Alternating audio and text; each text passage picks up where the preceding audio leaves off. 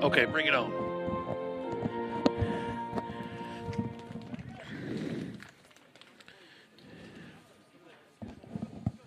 All right, Jessica.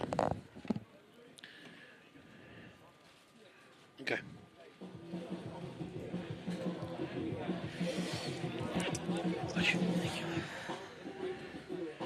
All right.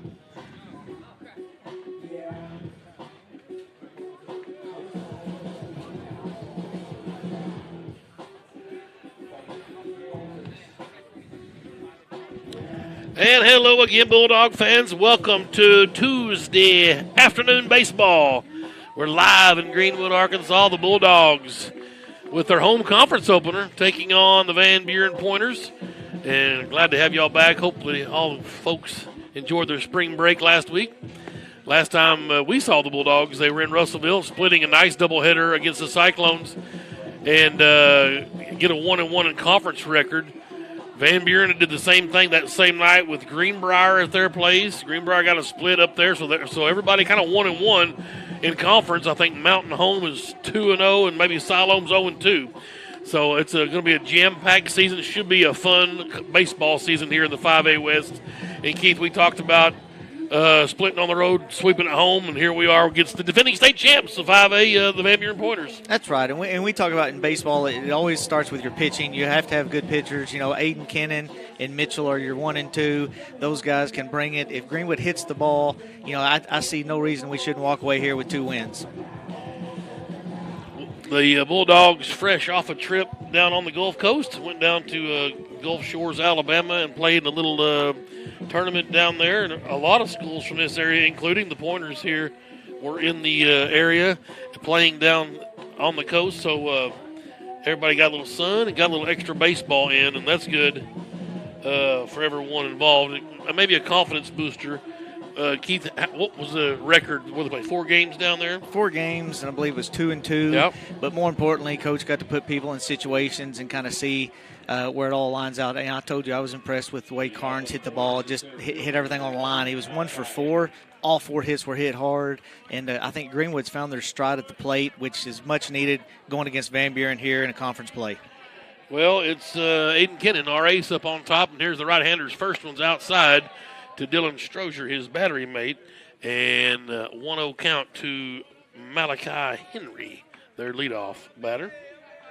He's their center fielder, right-handed bat, outside again, 2-0. You know, and Kennan had a little hiccup with his hip last week, so you know he's probably thrown a bullpen or 2, and he's done a lot of stretching and stuff. So it may take him a few pitches to get settled in here. As we see, it took him exactly 3 to find his first strike on the outside part of the plate. 2 balls and a strike to Malachi Henry. Dangerous batter for this Pointer roster. That one's low and away, 3-1.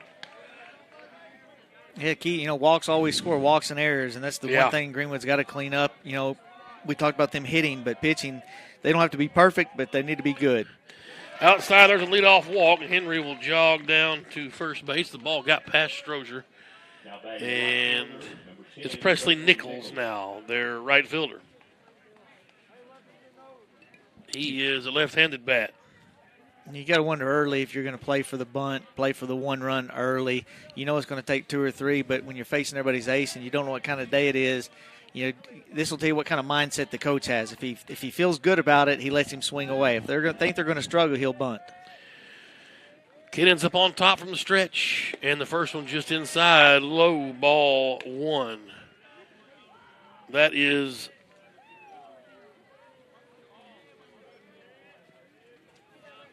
Kennan checking the runner at first base. Brady Pettigrew's over at third. Harrison Adams at shortstop. Bryce Morgan at second. Doc Holt getting the start over at first base. He holds the runner. And that's over, but low, ball 2 to Presley Nichols. Coach Denton feels like he's going to go talk to him and get him settled down. And, you know, I've watched Aiden pitch in summer ball and stuff, and the only thing I've ever noticed about him when he's not on is that he starts off just a little bit wild. He's just got to get pulled in a little bit, and that's what Denton's going to do out there right now. Grant Carnes is out in left field. Our center fielder is Austin Mitchell, and in right field, Luke Brewer. So some different faces out there than we saw the last conference outing 78 degrees at first pitch, overcast, real cloudy looking. Wind and weather coming in tonight in the morning. So batten down the hatches before you go to bed tonight. Should be a fun-filled night with the weather coming through. Winds out of the south at 16 right now. Old Glory's in right field. And she's waving a bit. Not really starched, but wind's blowing kind of in and maybe across to left field from the foul pole to foul pole. So be tough to get one out for the lefty here. He does have a 2-0 count. Here it is from Aiden Kinnan. Pettigrew on the grass at third. And that's inside, ball 3. A quality umpiring crew today. You know it's a big game when Paul Cates and Mike Durham are on the field. Cates behind the dish here in game 1. Durham in the field. Doesn't get much better than these two guys here around this area. No, and it talks about effort and focus, in playing. It's also in officiating. Those two give their best every time out. 3-0 count now. Kinnan, the leadoff walk, is in danger of walking their number 2 hole, and he steps off. Presley Nichols, their right fielder. Defending champs, the Van Buren Pointers. They did it behind their pitching last year. The guys that graduated, you know they've still got some, but it's going to be tough for them to crawl all the way back. 3-0. And it's inside, got away from Strozier. And first and second now for Van Buren after a pair of walks. And you and I talked about, Greenwood should have more experienced pitching with Hunter Houston, who recently had arm surgery, non-throwing arm, and then Dawson Holt last year, he pitched a few games, and he had arm surgery, just under a year ago as well. So you lose 2 pitchers of guys that are juniors that should be able to help you. So now you got to go to freshman, sophomore, and then some seniors that didn't get much experience last year. So the depth isn't there like it usually is. Eli Gilbert digs in for Van Buren, a right-handed bat. Pointers in gray tops, gray trousers. Strozier's going to head out and talk to Kinnan. Kinnan having trouble finding the strike zone. He's thrown 9 pitches, 1 strike, 8 balls. Green numerals for the Pointers. Van Buren in front on cursive writing. Kinnan will come home to Eli Gilreath. And that one's in there for a called strike. There's absolutely nothing wrong with not being able to throw your fastball for a strike and then being able to find another pitch that you can throw for a strike. Right. As we see him throw a curveball for a strike. 0-1 now to Gilreath. He's their third baseman. Right-handed bat, Kinnan, trying to get settled in here. That one's way upstairs, 1-1. His best friend now is to keep it low. Expect something either off speed inside so he can, pull a ground ball to Pettigrew. You want to roll a double play here. Nothing that he can hit hard. Kinnan's ready. Here comes the 1-1 to Gilreath. That's bounced in. Good job of Strozier. He blocked it. It kind of squirted away, but not enough for Henry to get loose over there at second base, or at least he didn't think it was. Henry's played enough baseball. He knows you don't make the first or third out at third base, and all the way it would have been close. You don't want to risk it with having 2 runners on and nobody out. 2 balls, 1 strike. Runners at first and second. A couple of walks here starting the game off from Aiden Kinnan, junior right-hander. Here it is. That one's low, 3-1.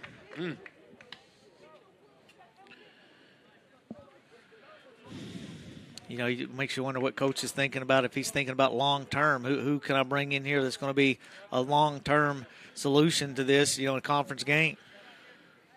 I can't tell who's down in the bullpen, but there's somebody working. It may be Jay Wright. Here's Kinnan's 3-1. There go the runners, and it's outside. So 3 walks in a row, and he's walked them loaded here to start off the top of the first inning. Now batting at first baseman, number 22. And here's Jackson Rodert. He's their first baseman. Cleanup batter. And he's told your catcher, anytime you want a little extra time for your pitcher to get loose, you walk out, you talk to him. And as a pitcher, that's happening. You're thinking, man, my leash is so short now. They've got the catcher coming to talk to me. So you don't know if coach is going to let him face this batter. You hope he can right the ship here. But if not, then you're asking somebody to come in a conference game with bases loaded, no outs. Whew. Softball going on out beyond the center field fence, and I see a lot of girls in green and white cheering out of the dugout. That means home run time. So it looks like somebody in the Lady Pointers just went yard over there against Saki and his ladies. We'll keep an eye on the softball as we go throughout the day. I think some soccer coming up. Speaking of state champs, I think Van Buren won soccer last year as well in the boys division, so they'll be in town. Well, let's see. Bases loaded, nobody out. Top of the first, Kennan to the left-handed batting, Jackson Rodert, and it's low and inside for a ball. See, and some of those aren't missing I agree. from the strike bad, but what Yes. the problem is he's asking for an outside pitch, and he's missing inside, and it's making the catcher kind of dive for it. Yes. But some of those are closer than what it looks like. Agreed. Here's a 1-0. Same thing we just saw there. Yeah, he's 2-0. he's wanting to do a backdoor curveball on the outside, and he's just leaving everything glove side. He's pulling everything glove side as we see Coach making his second trip, which means Kennan's going to come out early. That's tough. This is one of those ERA infinity kind of afternoons, and it really puts a strap on the Bulldog pitches to have Aiden. This is one he's been looking forward to get a piece of these guys, and you can tell he's obviously frustrated. But and offensively, you're going to, you got to get one out of this. Great, perfect world, we don't give up a run. But as we see Jay Wright trot off, he's kind of been the guy to go to, the senior, to come in and kind of close things down. At least that's the way it was down in Gulf Shores. So he's going to throw strikes. He's got a fastball with a curveball, and he'll throw strikes. So what you want from Jay is to get at least a double play here, keep something in the infield, a fly ball. You want to trade one run for one out right here, and then see what can happen. Well, let's take a break for a second here while Mr. Jay Wright comes in and gets loose in relief. Bulldogs in a hole here early with bases loaded, nobody out, and a 2-ball count. Jay Wright coming in relief. We will bring you the action after this quick timeout. Greenwood Baseball on Greenwood Sports Center and the Sports Hog 103.5.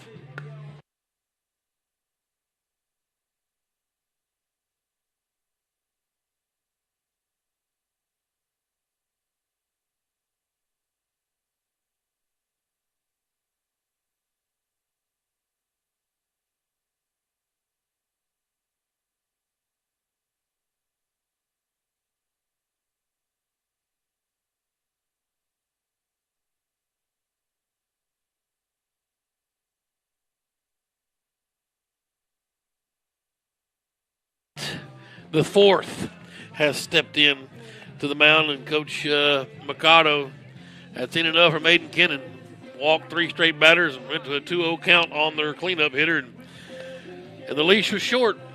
You hate to do it. You feel like Kennan could have fought out of it, but you got to do what you got to do. Jay Wright comes in. He's 0-2 on the year, 11 strikeouts. He's pitched 10 and 2/3 of an inning. We've seen him in 4 games. Got 1 start. Well, and to put some context behind those numbers, he has high strikeouts. 11 strikeouts is good. He throws strikes, and so that's why he gives up the hits, but he also gets the strikeout. So, Aiden was effectively wild. He just never could find the strike zone. And, Jay's going to throw strikes. It's one thing he's going to do. What we got to do now is just keep it low in the zone and get a ground ball. You want him to pull something to Holt at first that we can go 4, then back to 1, or hit something up the middle. They're not going to play in and try to cut down the runners. Right now, you're going to give up a run. That's all you want to give up. Minimize the damage. Jay Wright, you talked about a senior, 3-sport guy. He was a starter for the basketball team, hit some clutch shots in basketball down the stretch to help the boys get to the postseason. So he's got a little clutch in his veins. Let's see if Jay can come in here and stop the bleeding for these Bulldogs. It's 2-0 count to Jackson Rodert, their first baseman. Bases loaded, nobody out, top of the first. Here's Jay Wright's first one in there for a college. Wow. Over but low, ball 3. Over but. And I think, hair low. Well, and he hadn't had many chances to call strikes, so we'll give him another pitch to warm up as well. Right. And that's going to be low as well, so we walked a run in. I guess those are just low. Of course, we're up here in the skybox, so tough angle. 4 straight walks to get this thing going. It's 1-0.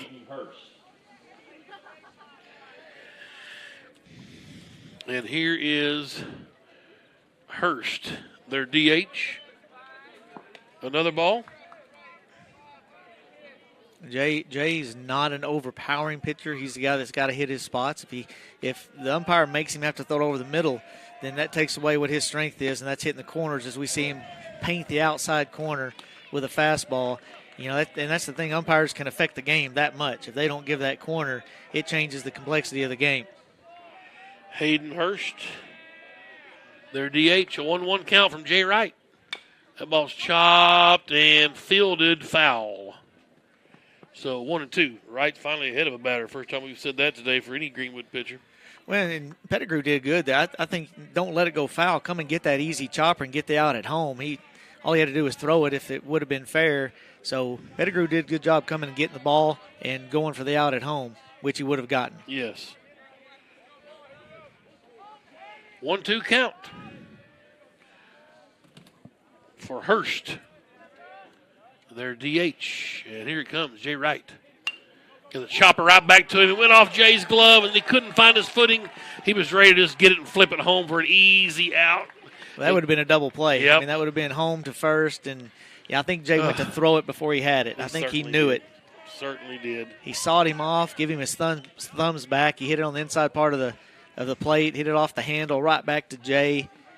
And I really think he saw it. His eyes lit up. Right. He was thinking the whole time in the windup, boy, I'd like to get a comebacker right here, and you get it, and you just couldn't believe it. So here's Connor Brady, their catcher. Still bases loaded. It's 2-0 now.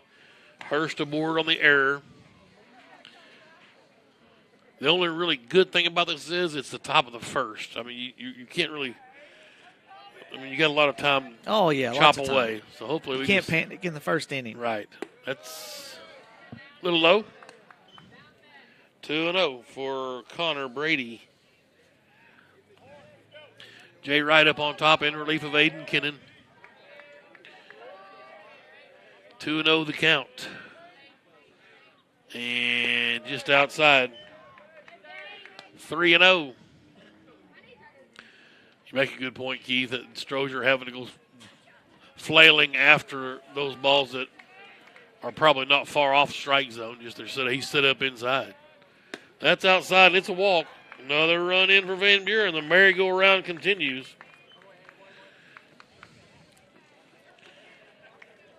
And you got to think the break had something to do with it. Even though they went and played 4 games, you're talking about 10 and a half hours 12 hours on a yellow bus, and then coming home and, just getting into another practice. So this isn't going to be indicative of how Greenwood plays the rest of the season. Usually Aiden Kenning's obvious one. Right. And, we haven't seen him off, and we've watched him now for a while. Yeah.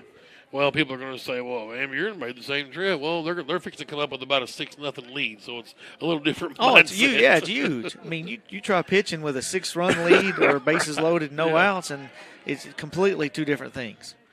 Well, here's Wright's first one. It's laced out there to Carnes. He camps under it. He makes the catch, and nobody can go. So we finally get it out. It's Brecken Waters, their shortstop, lined out to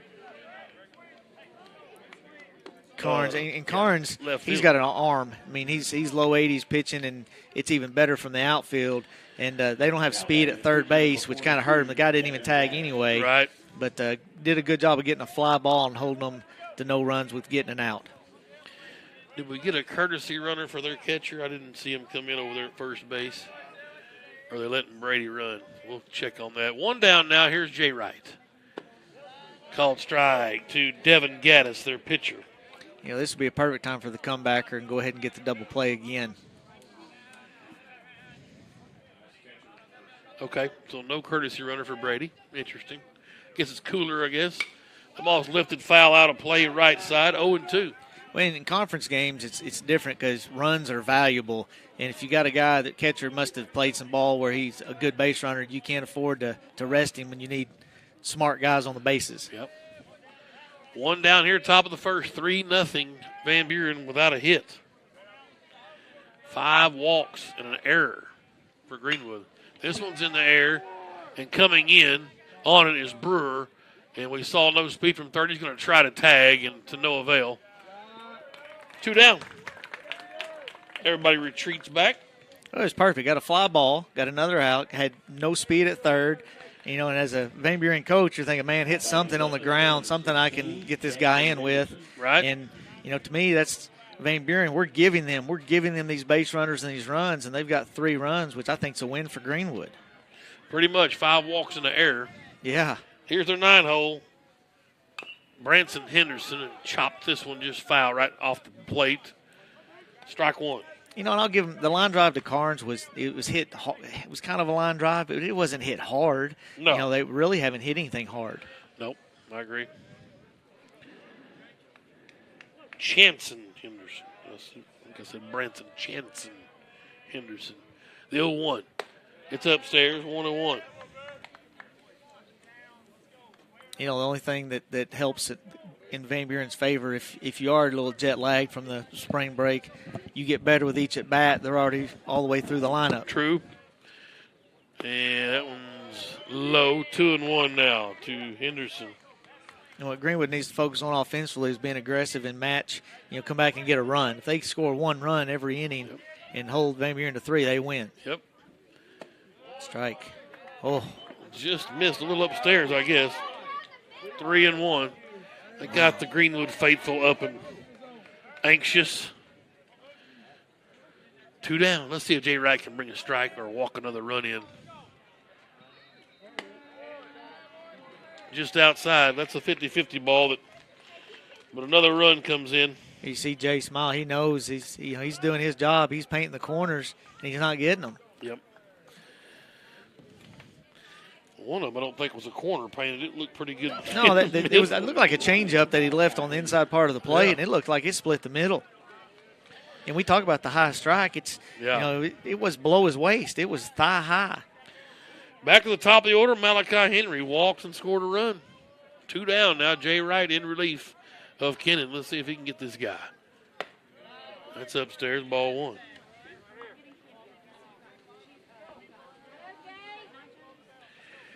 Four to nothing, Van Buren. Greenwood just can't find the strike zone. Couple of flyouts. There's a liner to center. On his horse. Fantastic work out there. A diving stab from Austin Mitchell. And the Bulldogs finally get this first inning to come to an end. But it was at a cost. 4 runs. They left 3 on base. There was an error. There was no hits. Half an inning in the books. And Van Buren leads Greenwood 4-0. We will take a quick break and come back and set up this Bulldog lineup and get you ready for the bottom of the first. Greenwood Sports Center on YouTube and the Sports Hog 103.5.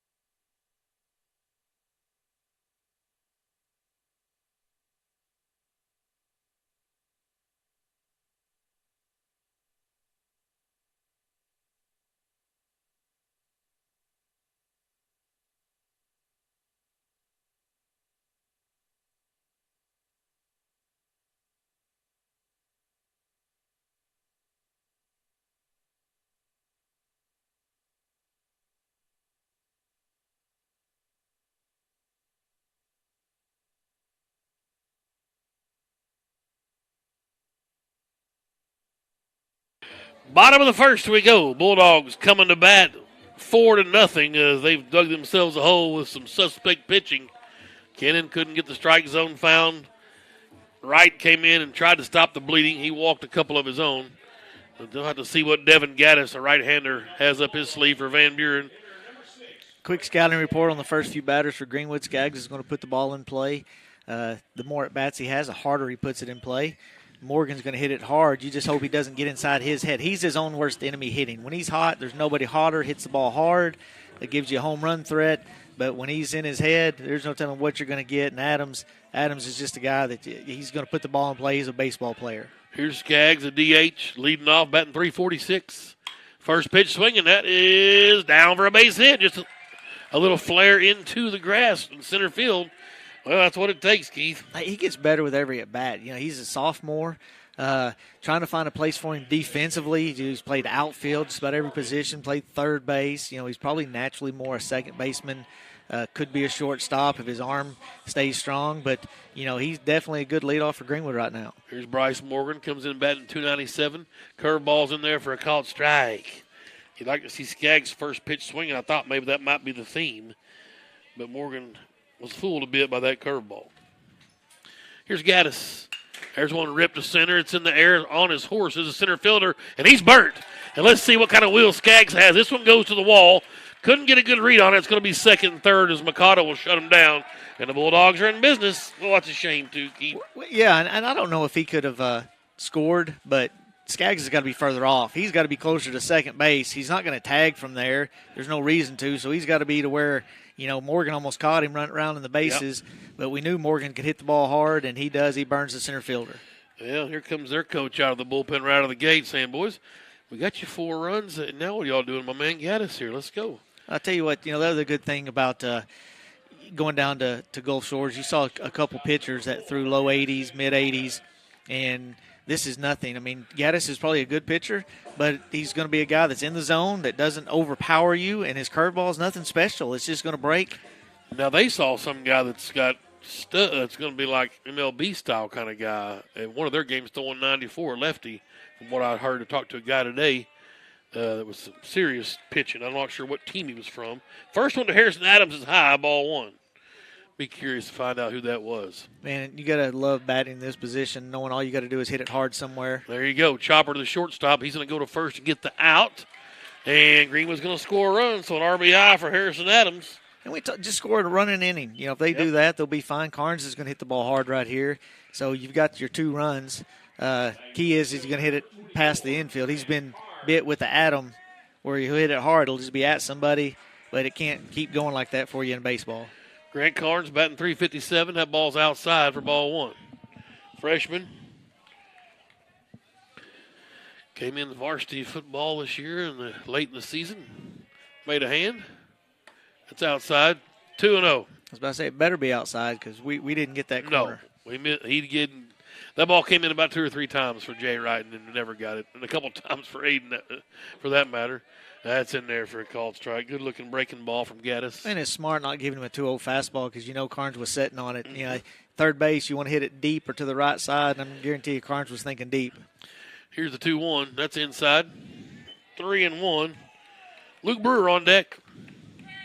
You got Carnes with some wheels, so you got to think that in the first 2 or 3 pitches he'll be on second base for Brewer. There's one ripped to the second baseman. It's through and in the outfield. That's going to score Morgan. No problem. The Bulldogs put another one on 4-2. And a little lollygagging. There you go, Keith. You see Carnes kind of deke like he was going to go for one, then hit the Jets. Caught the center fielder, Henry, lollygagging a bit, and he takes second base. Yeah, and that's one of Mercado's pet peeves from the outfield is get to the ball and get it in quick so stuff like that don't happen. Very good job of base running by Carnes to take the extra base. Now, double, right? Yes. Yeah, there's no error. It was right. They did all they could do. He didn't bobble it. He just took his time, and Carnes good base running. And here's Luke Brewer, called strike to the senior right fielder. He's batting .312. 4-2, just like that. The lead's cut in half. Greenwood with one out here at the bottom of the first. Everything that's happened today has been affected by Greenwood. We gave them, and I say we, Greenwood walked, errors. That's how they got their runs, and now they're earning their runs offensively. Absolutely. 0-2 to Brewer. Curveball got him on the 0-1. And that one's inside. Nearly got a piece of his arm. 1-2. 4-2 Van Buren here. Bottom of the first. Bulldogs with one out. And a quick pitch coming there from Gaddis. 2-2. That ball was outside. Carnes at second. With Cates back there, you better be a pitcher because he's not giving a ball off. Here's the 2-2. Chopper from Brewer. Mikado, nice bare hand. He'll throw back to the pitcher in the third base coaching box. Kramer's over at first.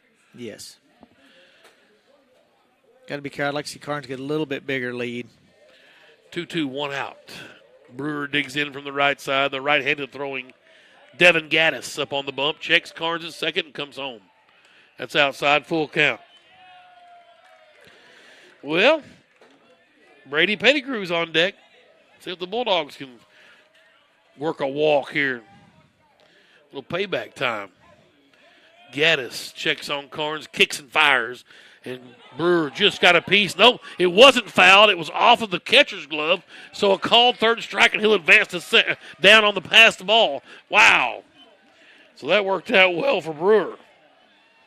And I thought Brewer, I don't know if he's going full speed down the line. I think he thought it either got past further or maybe he didn't think it went that far behind him.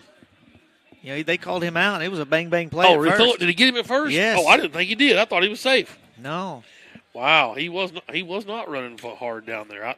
That ball made it all the way to the backstop. Yep, I'm like you. I thought he got by him too. Well, the light pole's right in my way on the first base. I thought he was safe. Matter of fact, I never even saw the throw from the catcher. Well, here's Pettigrew swinging and missing the first one with 2 down now.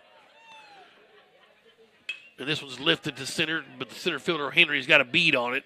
Had to drift back a bit, but he'll make the catch out there in center field. Bulldogs got some business taken care of, though. They had 3 hits. They scored 2 runs and left a man on base. It's 4-2 Van Buren after 1 complete inning here in the 5A West. We're in Greenwood Sports Center, and the Sports Hog 103.5.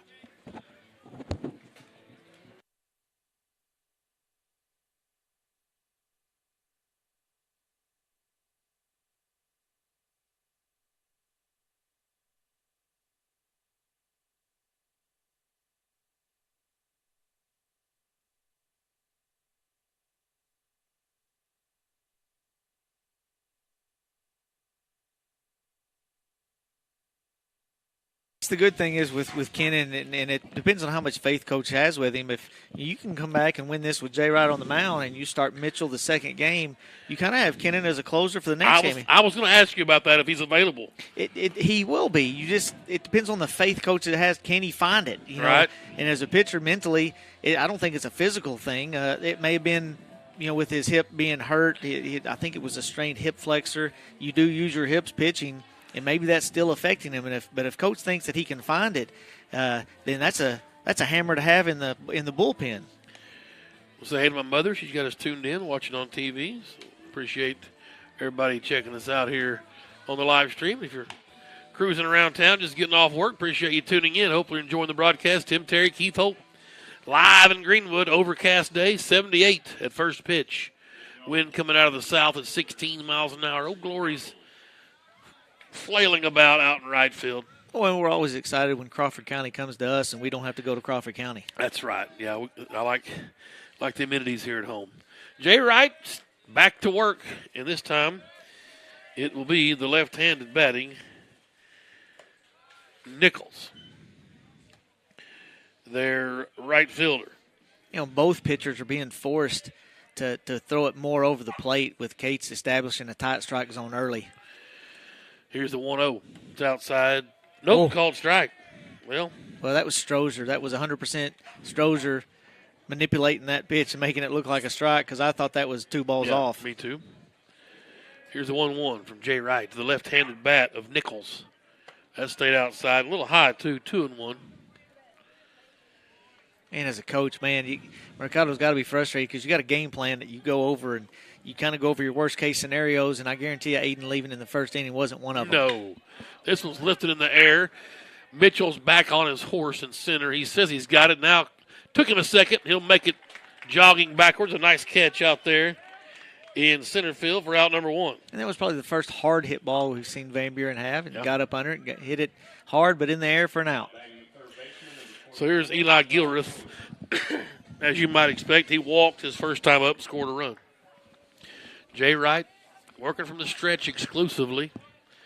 He'll come set up top with 1 down here in the top of the second. That's right down the middle, but low for ball 1.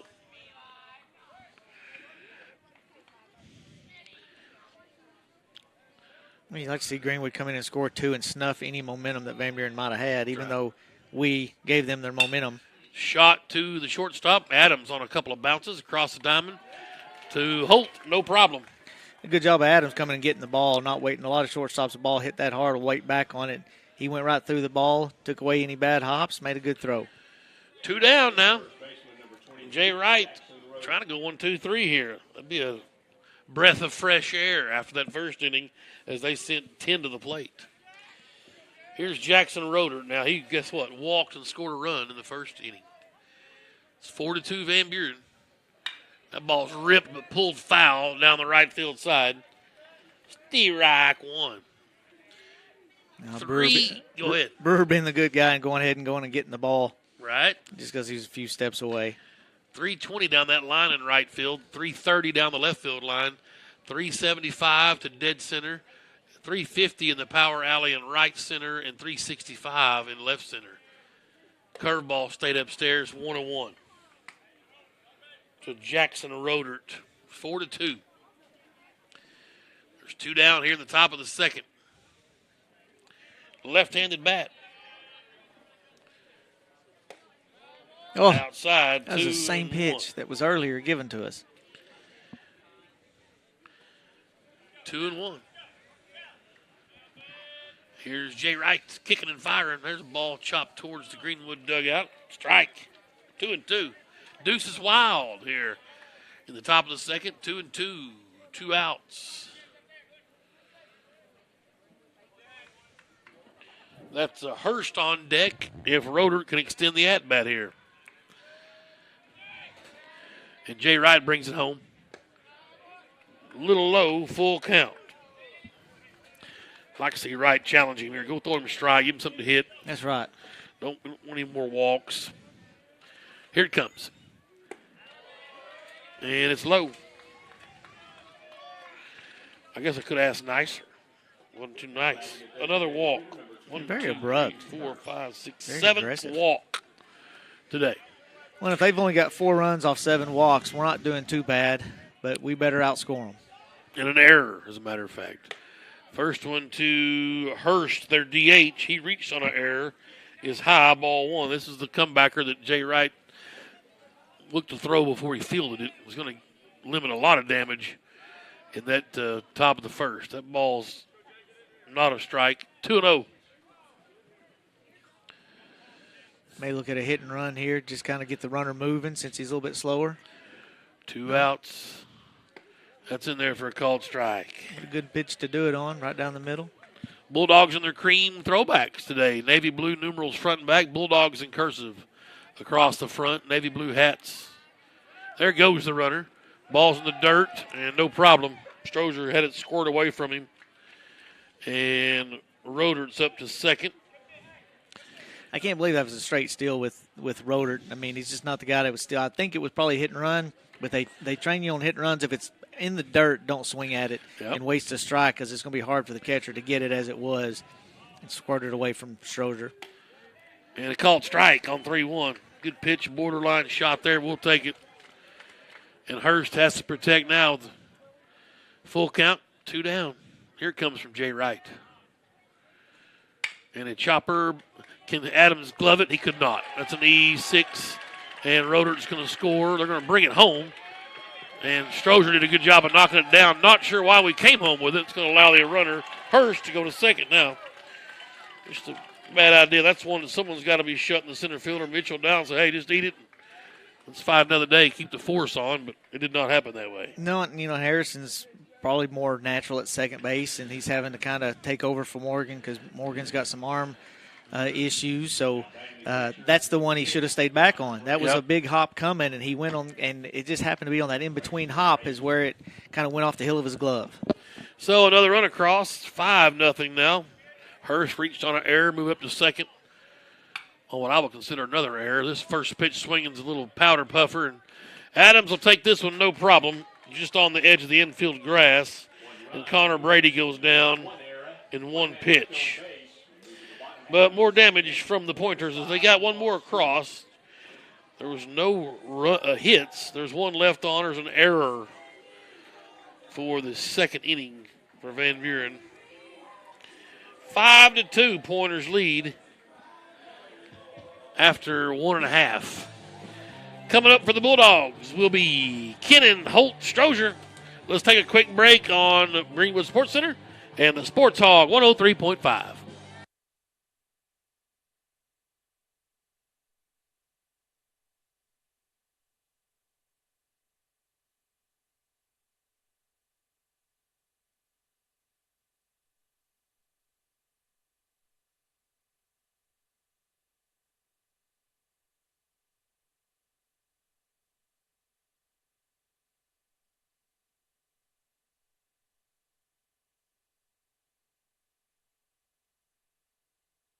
Tim Terry, Keith Holt.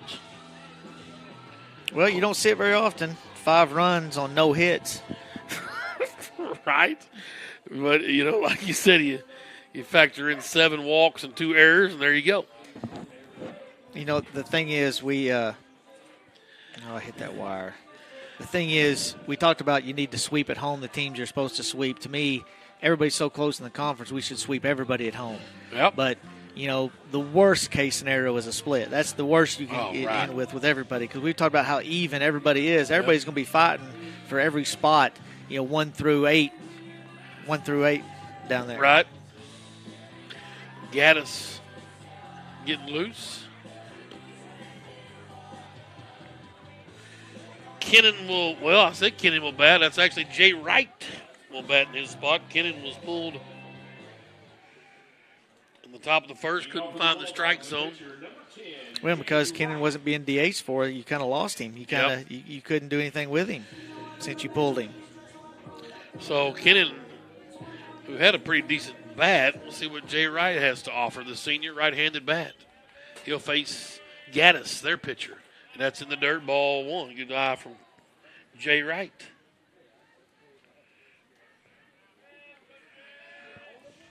Five to 2, Van Buren, bottom of the second. 5-8 West action. Curveball's in there for a called strike. I think we saw this last year out of one of Van Buren's pitchers where they pitched backwards. It was every pitch was a curveball, and then every now and then you saw a fastball. Right. That's outside. Boy, I thought he was going to call it. I did too. He's been real consistent right there. It's been a ball all day. Both guys. Here's a 2-1. Wright rips it right back up the box and got past the second baseman for a single for Jay Wright, the 4th. Oh, baby. Good job of staying in on that curveball and just going with it and hitting it right where you're supposed to right center. Here's Doc Holt now. He's our first baseman, batting .308. Right-handed bat. Was a hero down at Russellville in the first conference doubleheader. In that second game with a pinch hit, doubled, scored a couple.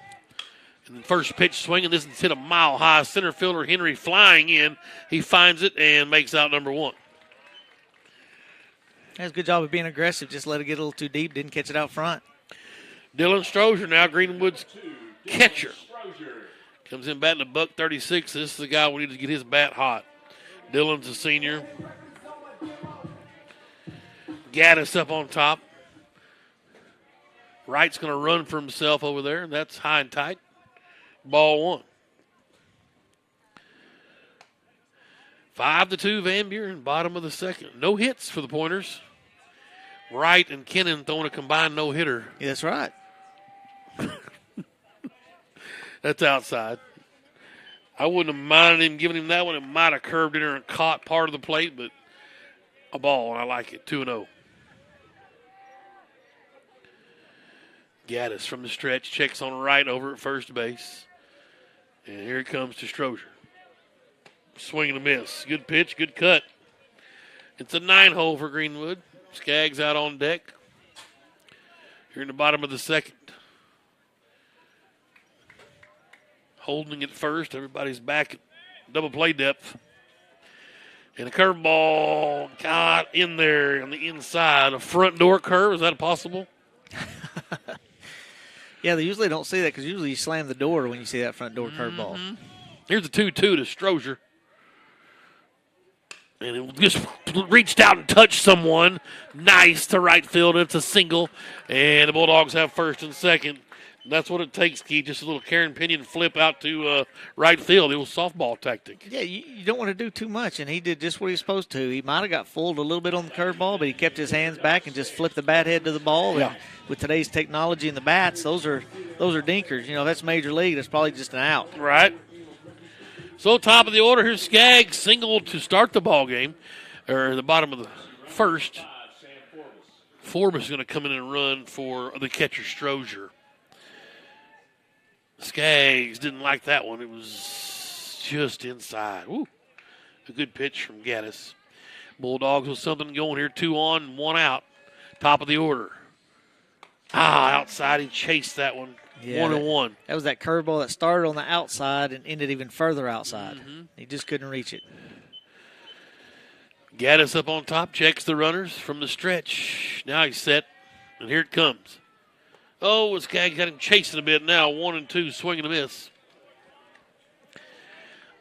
He's seeing the ball like a big beach ball. He's going after everything.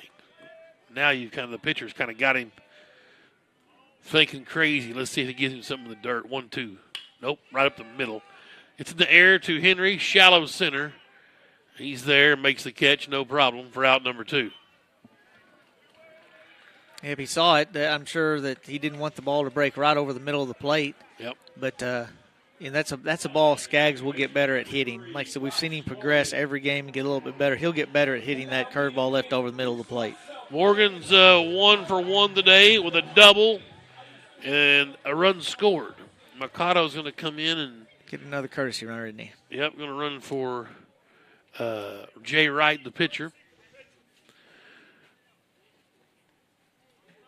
We'll see. Runner number 20, Austin Bircher. Austin Bircher is the courtesy runner for the pitcher. 2 outs now for Morgan. Can he keep the rally going here with runners at first and second for the Bulldogs? Gaddis brings it. That's in there for a called strike. Morgan came in batting .297. 1 for 1 today so far. It's a doubleheader going today, a couple of 7-inning ball games. Here's the 0-1 from Gaddis in the dirt. That'll let the runners move up as it bounced way up in the air and then back to the backstop as Brady ran it down. So now second and third, and Bryce Morgan is seeing a couple of RBIs in front of him now. See, and this is where I wish we were paying attention. Well, okay, now he's calling time. But I don't think an umpire should call time unless somebody asks for it. I agree. Yeah, well, they're out there Cotton Eye Joeing back to the mound. We can be scoring. That's right. Here's the 1-1 to Bryce Morgan. 2 outs, bottom of the second. Shot towards second base. Ate him up. Can he beat the throw? He sure can. And they throw to third as Forbes had wandered a bit past third. Bircher scores, and the Bulldogs get one more in there, Keith. Just chip away at the stone, as the old Aerosmith song goes. Yeah, and the same thing that happened to Harrison happened to their second baseman, where he just got it in between hops, took it off the chest. They teach you to attack it, but they also teach you get it on the big hop, and he had an opportunity to stay back, and he just came and got it on that in between. Forbes at third, running for Strozier. Morgan's on first, reached on an error. Here's Harrison Adams, an RBI, ground out his first time up. As Connor Brady's up and runs through the signs with runners at the corners for Greenwood. Gets the infield knowing what they're doing. There's 2 outs here in the bottom of the second. 5-3 now, the Pointers lead. And Adams, boy, they don't get much better than that. 0-1. Yeah, you see that breaking ball over. He's looking fastball. When you get it on that first pitch, it's just hard to pull the trigger. We probably see Morgan. There's a shot to the 5-6 hole, scooped up by the third baseman. Nice play from Gilreath. But the throw is off the mark. It's going to score Forbes around third, but no, it gets the red light from Mercado, and it's second and third now. But another run across. We'll take it. Well, they're giving it back just as quick as we gave it to them, huh? Yes, for sure. Adams reaching on an error. And when you put the ball in play, that happens. I mean, that's one thing we can't do is just have idle outs by not swinging the bat. As long as we keep swinging the bat, putting the ball in play, good things will happen. Snow Cone Kid joining us in the booth here. Yes. There's a chopper from Brewer, just foul outside Carnes. Third base. Oh, is that Carnes? My bad, Carnes. Just outside third base. 1 strike to the freshman. And to me, he's got the hottest bat right now as far as just contact. We saw him hit that ball earlier. It's just the guy you want up with 2 guys in scoring position, down 1. 1 for 1 with an RBI double. There's one hit to the right. The right fielder's drawn a B. That's Nichols. And he'll make the catch. I bet he wishes he had that one back. Lagged his bat a little bit, got up under it, but that's fine. We cut it within 1. Greenwood had a couple of singles in the inning. They scored 2 runs. They had 2 errors. We left 2 on. Deuces were crazy wild there in the second. Well, look here, though, Keith. We've cut the lead just like you asked earlier. 5-4 now. The Bulldogs not going to go away easily here in the conference opener in Greenwood. Let's take a quick break. Bulldogs baseball on Greenwood Sports Center and the Sports Hog 103.5.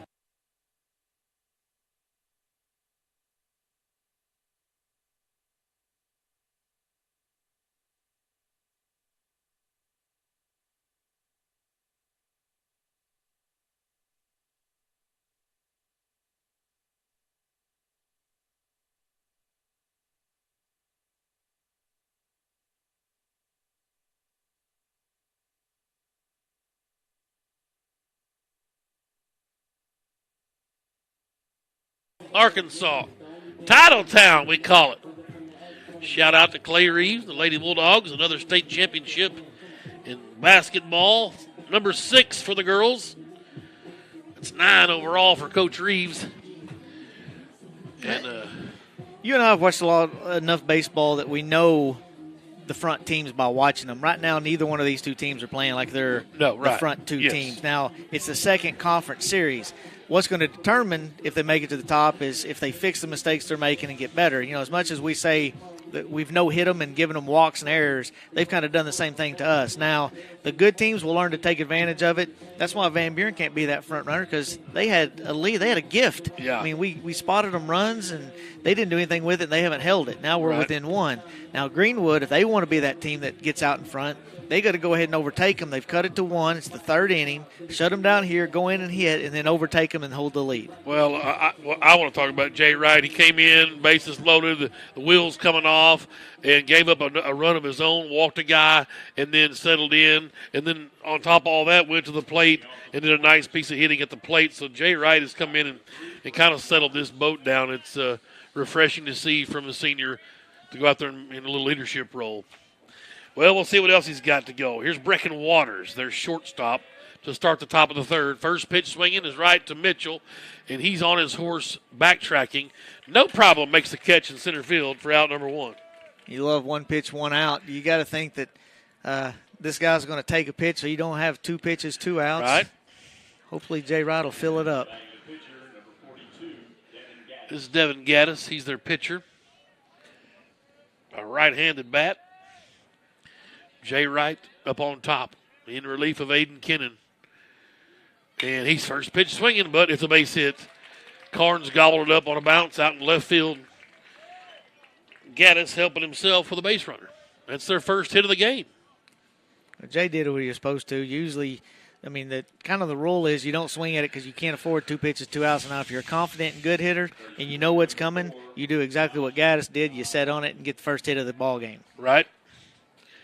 And they brought a courtesy runner in for the pitcher, and it's number 4, Josh Nowotny. Well, here's Jay Wright taking on Chance and Henderson. Now they're left fielder and swinging a miss. Strike 1. Good pitch. Started in the zone, broke out of the zone. Top of the order out on deck is Malachi Henry for Van Buren. Here's the 0-1 to Henderson. And he asked for time, and it was granted by home plate blue. Wind picking up a bit now here, coming out of the south, pushing the 20 mile an hour now. As Old Glory starched out there in right field. Do you have a wind meter? Or I do. I've got a wind meter. I'm a been... golfer. That's right. 0-1 from Jay Wright. Strike. Hey, we finally got that one out there, Keith. It's about time. Yep. You got to get that in high school ball. Jay Wright's doing a good job of painting the corners. You got to give it to him. Well, and also Strozier wasn't set up as far inside as That's he had right. been, too. Here's the 0-2. Let's see if he can get this guy. The 9-hole. Strozier sets up a bit outside. And there's a shot, double play ball. Adams over to second for 1. Can they double him off? Got him! Oh, bang, bang! At first base. Whoa! Rack him up, 6-4-3. Oh, baby! Great job. Good turn. It all starts with the pivot and turn from Harrison. And then Morgan did a great job of getting rid of it, getting it to Holt over at first, who stretches out. Bang, bang. Down goes Van Buren. Fantastic. Well, 3 up, 3 down. We've played 2.5. Bulldogs get an opportunity now of not giving up a run in an inning. A chance to tie or take the lead here, trailing 5-4. Let's just stay here. I like the double play ball. We'll stay here. Yeah, and usually you see it all the time in baseball. You make a good play like that. And is Brewer leading us off here? Brewer should be leading us off, yes. And you got to love hitting in that position where everybody's pumped up. You're high-fiving. You come in, you tap everybody on the butt and say, let's go.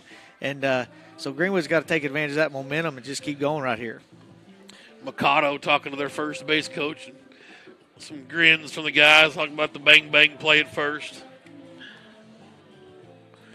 Well, in Greenwood, we haven't had those go our way this year. I mean, we had bang-bang plays. We had just the bang-bang play hasn't went, and you kind of think, well, everybody expects it to go to Greenwood, so that's why we don't get it. Right. So it was kind of nice to see that bang-bang play go our way, even though I thought that Harrison and Morgan did a great job of turning it and getting it. Appreciate our sponsors, Taco Bell. I can smell like a beef burrito, maybe a crunchy taco back there. I don't know. There's something back there. It's kind of getting with that. It's almost dinner time. I saw something that'll interest you. I saw something Free pizza? No, I want to say it was like if you don't eat cheese on your burger, you can save close to 5,000 calories in a year. And $5,000 in a lifetime. That's true. Well, they still charge you for the cheese, don't they? Not if I complain. No. I'll talk them out of it. But I go back to our childhood. My sister always got cheeseburgers. It was 45 cents. I was 35 cents. I saved my parents millions, literally. Swing and a miss to Brewer. That's the way I got it figured. Yes.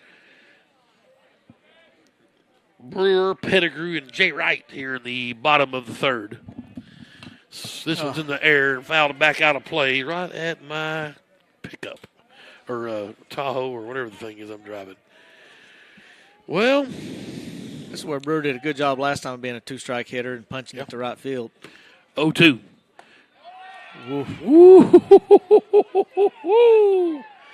Way inside the Brewer. 1 ball, 2 strikes. He tried to lean into it, and it broke a little bit more than usual, and Brewer may have sold that one. Yep. That it was too far inside. Van Buren pointers travel as good as anybody. That one's outside and bounces almost up to us. And their faithful didn't like the call for sure. 2-2.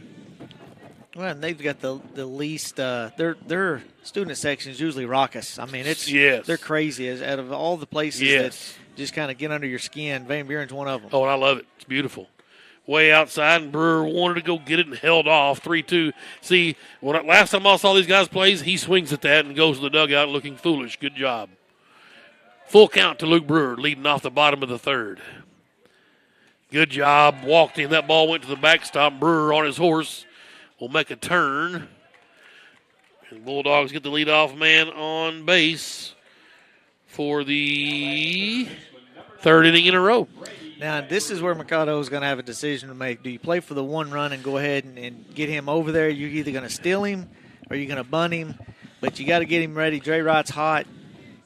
Well, I steal him because Brewer's got good speed. Obviously, Brady's got a good arm back there. Well, and the thing is Gaddis. Gaddis is too quick to the plate. Right. I'm on your side. If you watch him, he don't even kick his leg. He's just slide-stepping, and he's probably too fast to home to actually steal him. So that's why you got to think of some other avenue to get him there. Pettigrew flied out to center his first time up and fouls this one right back to the fencing. He's 1-1 now. The first one to Brady was high. The ball one. Yeah, Coach telling Brewer, make sure you get a lead over there and get a even better secondary. They throw over. Brewer's back in head first. No tag applied. 5-4. Van Buren leads on 1 hit. The Bulldogs gave them 5 runs in the first couple of innings on walks and errors. That's outside. Boy, good job. These Bulldog batters have gotten so much better patience, being picky up there. I like it. 2-1 since the last time I watched him play. And that's upstairs and inside 3-1. In high school, it just amazes me how the coaches think that no one can hit a curveball. We're just seeing a steady diet of curveballs. You got to give some kids some credit. That ball's out of play. That one was not a curveball. Giving chase over there's Nichols, but he'll run out of room. No, and I want to see coaches and pitchers in high school challenge people with fastballs. You know, we kind of got spoiled there for a while with Connor Nolan and Van Kooten and those guys that just could throw fast. They weren't afraid to challenge you. Yeah. Here's the full count. They throw over. Brewer's back in safely. Nobody out here in the bottom of the third. Bulldogs, a leadoff walk from Luke Brewer. They trail by 1, trying to catch these pointers. Pettigrew swung at ball 4. Another curveball stayed way outside. 1 out. Defending 5A champs, Van Buren, and boy, they thumped Jonesboro in that finals. I could not really believe it, to be honest with you.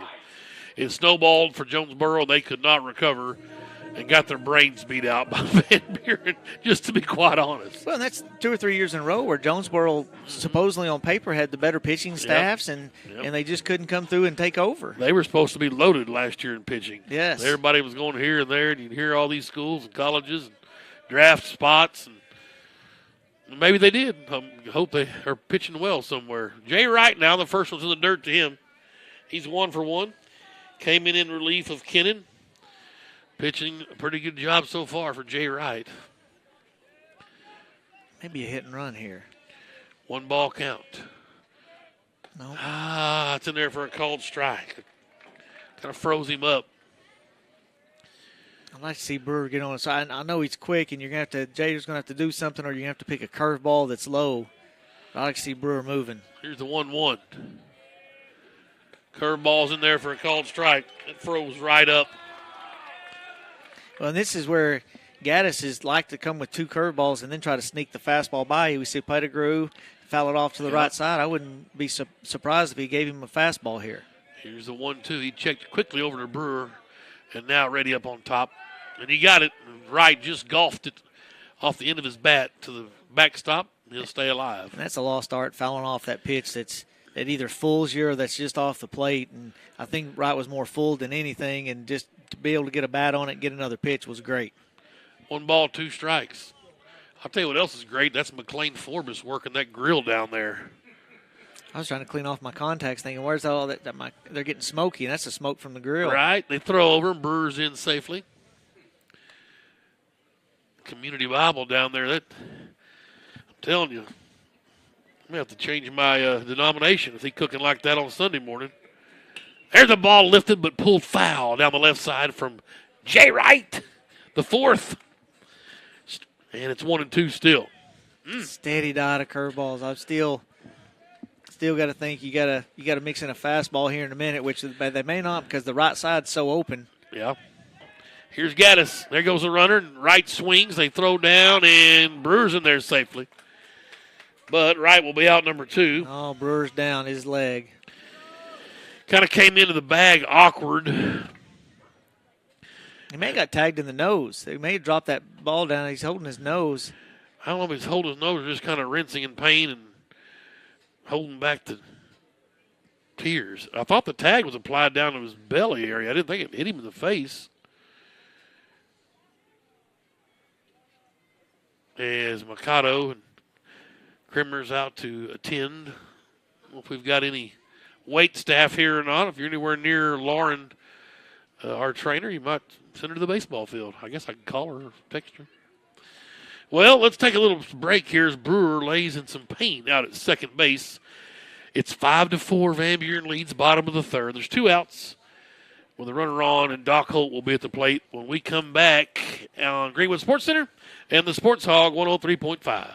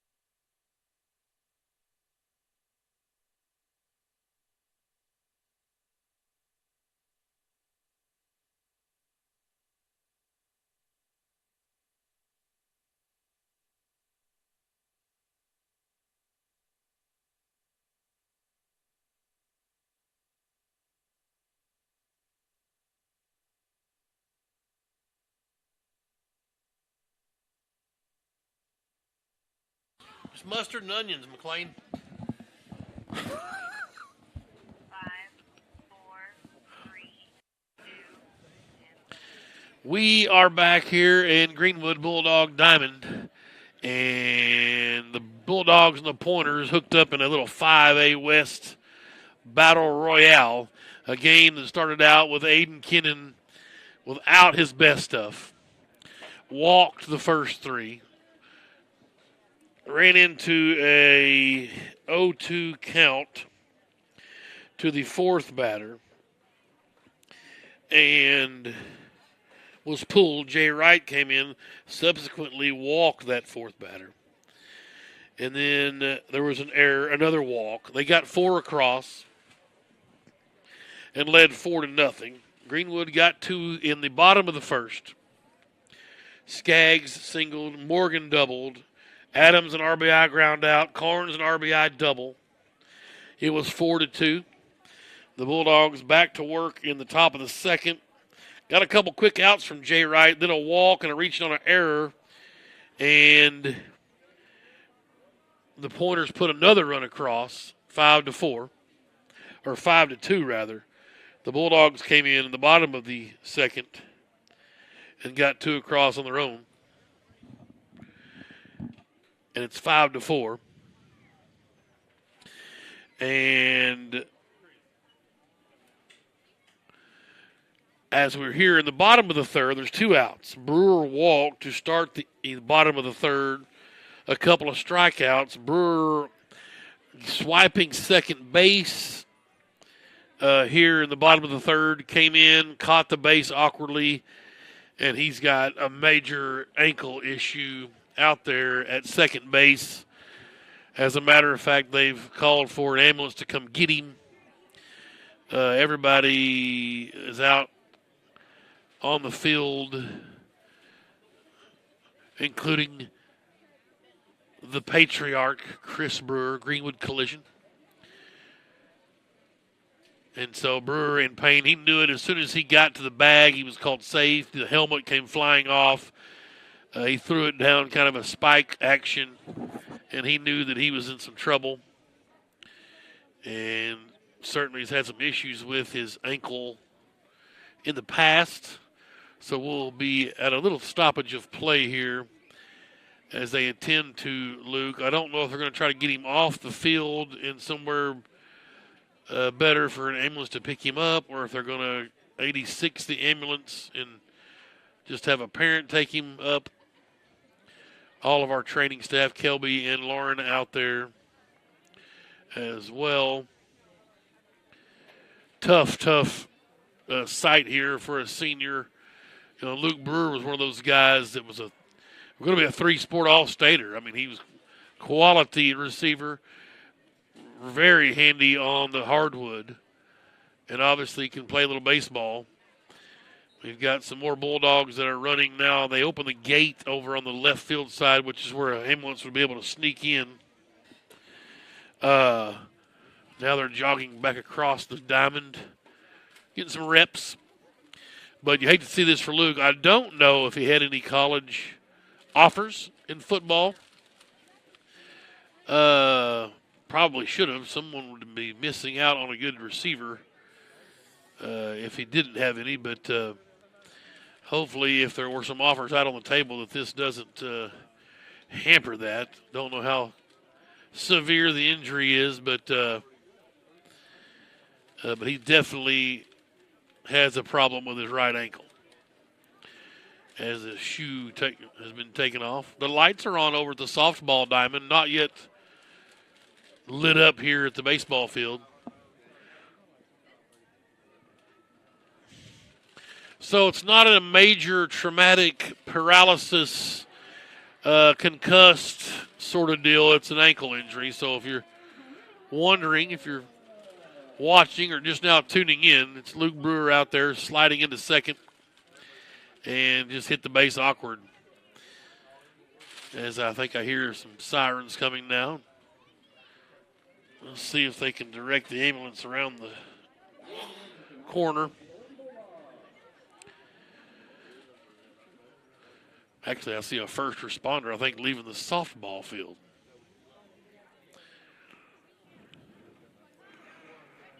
Yeah, so sure is a tough sight having all the folks gathered around out at second base.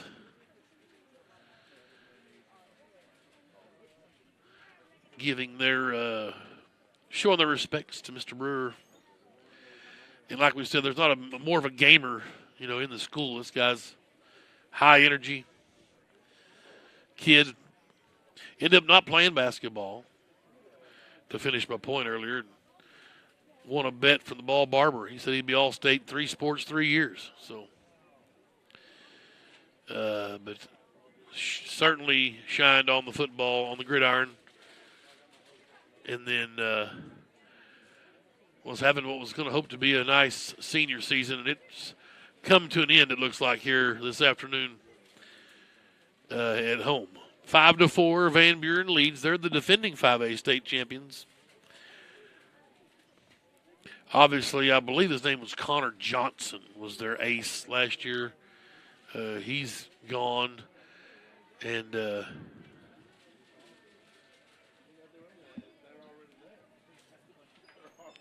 that was a huge hole to have to try to fill for the Pointers.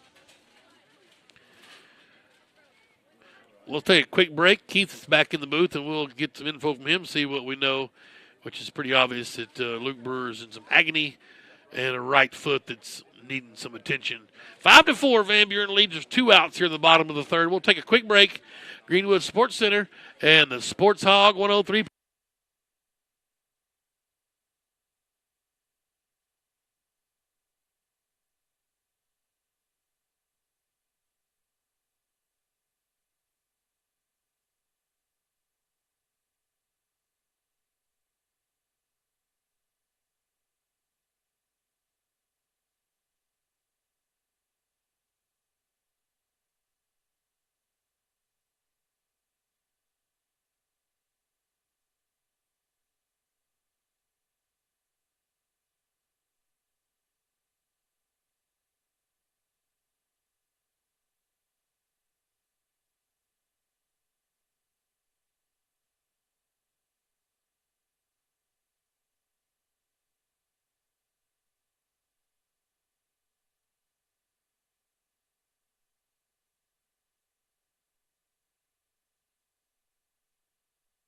We're back here at Bulldog Diamond on the campus of the University of Greenwood. The Bulldogs and the Pointers hooked up in a 5A West battle, and the ambulances showed up as our training staff attending to Luke Brewer, who slid into second and just had the spike came in there hot. His right ankle didn't agree with the slide. He was safe, but he is in some pain out there. Well, he slid late, and what happens when you slide late, your whole body weight came down on the force of that leg and that ankle as it hit the base at the same time. That's why when you slide early, all your weight goes down on the dirt, and then you slide into the bag. And he was hustling, going full speed, and the full weight of his body came down on that ankle and that bag. And it's just, you hate it for him as a player, put all this effort and work into it, and now he's just going to have to root on it. It changes the complexion of the game because now it's just such a somber mood. You realize that things are bigger than baseball. Right. And like I said, though, luckily it's not a head trauma, paralysis sort of deal. It's just an ankle that can heal, and hopefully we will be back to 100%. But you hate it because obviously the season's over for this guy. It is. And his leadership meant a lot. Being out there, everything he experienced in football, he carried over that mentality, that Bulldog mentality, and he had a place in the lineup, and he's one of those kids that's getting better every game with every at bat. Well, and so there's question number 7 here of this a little injury break that we're in. So you lose Kennan, the starting pitcher, in a decent bat. So Wright's in there. Wright's in formidable, 1 for 2. So here's Brewer in your 5-hole. He struck out and walked, but Pashir my guess will be Pashir will be the next guy in. He's been in the lineup quite a bit. He got a lot of at bats. Now, how's that work with the DH? Could you move Skaggs to right field or no? And put Pashir at the DH? Can you swap that around? Well, since no, because Mitchell, you can't have Mitchell in there since he's getting DH 4. So Skaggs has got to stay out. So I'm assuming you'll probably put Bashir, in right. Oh, I just hate it for him. Got him on the stretcher, and they're taking him off. You obviously, as a parent, it's the last way you want to see your kid come off the field on a stretcher. But it's like you said, an ankle right. Heal, and you a few weeks out, he's young, so things will heal. You see the Bulldogs kind of huddle around him, and high fives for all. Thumbs up, some love for their boy, if you will, their homie. And baseball players, you're kind of superstitious because it's kind of like you feel invincible as a baseball player. You're taught to be completely positive and nothing can happen to you. And then when you see it happen, it's like, oh, crap, we're human too. Yeah. And that could happen to anybody. You slide in wrong, you get spiked, get hit in the head. I mean, anything can happen. So it's kind of a real eye-awakening moment. And I promised Miss Jessica that's engineering tonight's radio broadcast no extra innings, but I didn't think about an injury. Well, you're still not wrong, though. Right, that's true. That's true. And now you're going to ask the pitcher, you're going to ask the Gaddis to come back out and continue what he was doing. He had 2 outs with a runner at second. You're going to have to ask Holt to come up to the plate and bat. So who's in the favor there after a break like this? In your experience, have you had this kind of experience? I think it's harder for the pitcher. I think the batter, you're trained to you go see ball, hit ball, and it doesn't really affect you. The pitcher, you're hot, and now you go over there and sit. Your arm gets cold, and to me, it affects the pitcher more than anybody. Well, hopefully that'll be the case. And Coach is going to go rally the troops. He's going to use this as, he's got them all together. He's going to go tell them, Brewer, what happened and keep them informed. And then he's going to ask them to do something, and that's step it up and go up there and let's win this game. Right. Never hurts to have a little rallying cry. Win it for Luke, or however you want to call it. 5-4. Van Buren leads. I broke down the scoring summary pretty much while you were out a while ago and how we got to this point. We out hit them 5-1, just a bunch of walks and errors. Greenwood is gift wrapped. I don't know if any of their runs are earned. I know none of those 4 are. Out, a walk for Rodert. And I know it wasn't either because there was a ball thrown away and he scored. He got to third. Kennan gave up 3 earned runs is what I'm showing on Game Changer. Yes, right. So 3 of those runs were earned. But, again, this is not pretty baseball. You haven't seen. Bird's number 24? 23. Yeah, we see the umpires coming and making sure the lineup gets squared away. And unfortunately, after an injury like that, the show must go on. And so we're going to keep playing baseball. And maybe they'll flip it over to 103.5 in the ambulance. And listen, do they even have a radio in the ambulance? Well, they've got probably an A-Win radio system. But I don't know what that is. And it's something that costs a lot of money that our county thinks is cool, and it's not. Hopefully somebody's listening that can make that call. I got it. It's the biggest waste of money. But anyway, I'll get off the political side of it, and we'll stay here. But surely they've got FM radio. Well, Van Buren did a good job. They cleared the field. They were respectful. Nobody's, everybody knows that the moment's big. Now you just got to ask Holt to come up and do a job with 2 outs with a runner at second base. So Gaddis, the right-hander's back up, throwing some warm-up pitches. There's 2 down here in the bottom of the third. Van Buren's lead is cut to 1. It's 5-4. And Doc Holt will come up. He flied out to center his first time up in the second inning. Yeah, and I got to when I was down there, he come up and said he just missed that pitch. He was ready for it, and and unfortunately, it's not like in the cage where you can take a couple swings and you get one and you're out. Now you got to come back up and do it again. Yep, but I'm like you. I like to see aggressive play. You see it, hit it. And it's just a totally different. Now, obviously, the kid that made the costly error in center for Russellville, Sims. Yeah, he pitched the first game, and he was a quality pitcher. Him and the kid from Greenbrier, I guess, is supposed to be maybe a hog recruitee. They're going head-to-head right now down in Greenbrier.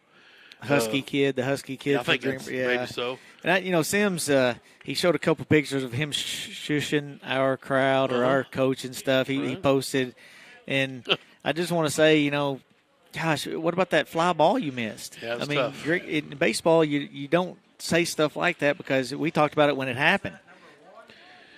Yeah, and it literally cost them the second game of that doubleheader. That's right. Carson Hobbs.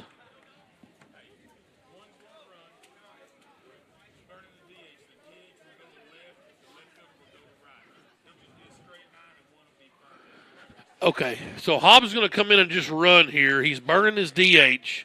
The DH is going to go to the left, so he's going to leave Skaggs out in the field. We were wondering about that, and then Mitchell.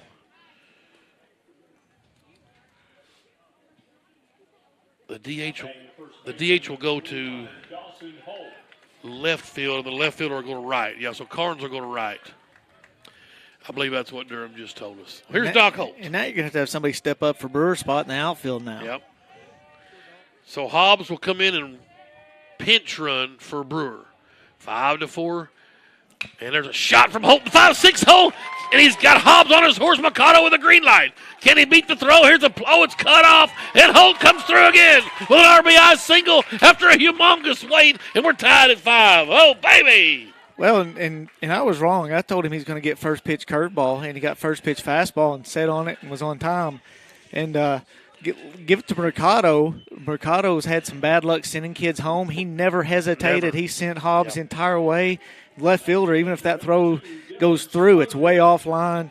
Good for Doc. Fantastic. And thank God Doc didn't listen to his dad for the first time ever. Ever. Normally you guess right on those, Keith. To be honest with you, here's Strozier. First one to him is the ball. Well, I was only known in baseball for hustling and just I gave it everything. I wasn't a good hitter, and I guessed a lot. And I got to forget that these kids are better than me and that they don't have to guess. That's in there for a called strike. Well, I don't know about you being a hitter in school, but you're a great hitting coach, and it's just amazing. You know that those that can't teach. Right? There you go. I got you. That ball's chopped to Mercado. And a nice bare hand over in the third base coach's box. He's 2 for 2 over there with an assist. He as takes a pride in catcher. that, too. Yeah. Oh, he does. Right. He takes pride in that as a coach. He wants to make sure he's able to do it. Here's the 1-2 to Strozier, Greenwood's catcher. We're tied at 5. Swing and a miss. There goes the runner, but that's out. Oh, that's complete the out at first. Oh. And they lollipop it over there. Safe. And they're going to say he's out because the runner on first. No, they're saying he caught it clean, but it hit the dirt. I thought it hit the dirt. I thought it did too. Well, it was almost tragedy. However, it's a strikeout. The inning is over, but the damage has been done, and Doc Holt came through with an RBI 2-out single to tie this ball game after 3 innings. We'll stay right here as we head to the top of the 4th. Let's clean up that last play. Let's clean it up. Okay, so yes. it was strike 3. Yep. And it was a curveball in the dirt, and I thought it hit the dirt. I thought we swung at it, and it still hit the dirt. I'll back up for the baseball impaired. You say, well, there was a guy on first on drop third strike. Well, there's 2 outs, so everybody's moving. That's right. Okay. And so I heard bang, bang. I heard it hit the ground. He scooped it, and even the catcher came up like he was going to throw it to first. Yes. But the umpire kept saying, no, he's out, he's out. And that's what confused everybody. And then the catcher lobs it to first as the runner, and the first baseman catches it as the runner steps on first. It was kind of a bang, bang play. Yeah. It would have been close to have to call that, and the whole time you have umpire in the outfield. Durham's like, no, he called him out. He was pointing for sure. He was for sure The home called. plate blue said he's got him out, and that's good communication on the umpires for doing that. Man, I'm still confused about that, and I make it a point to know lineups and stuff, and I'm.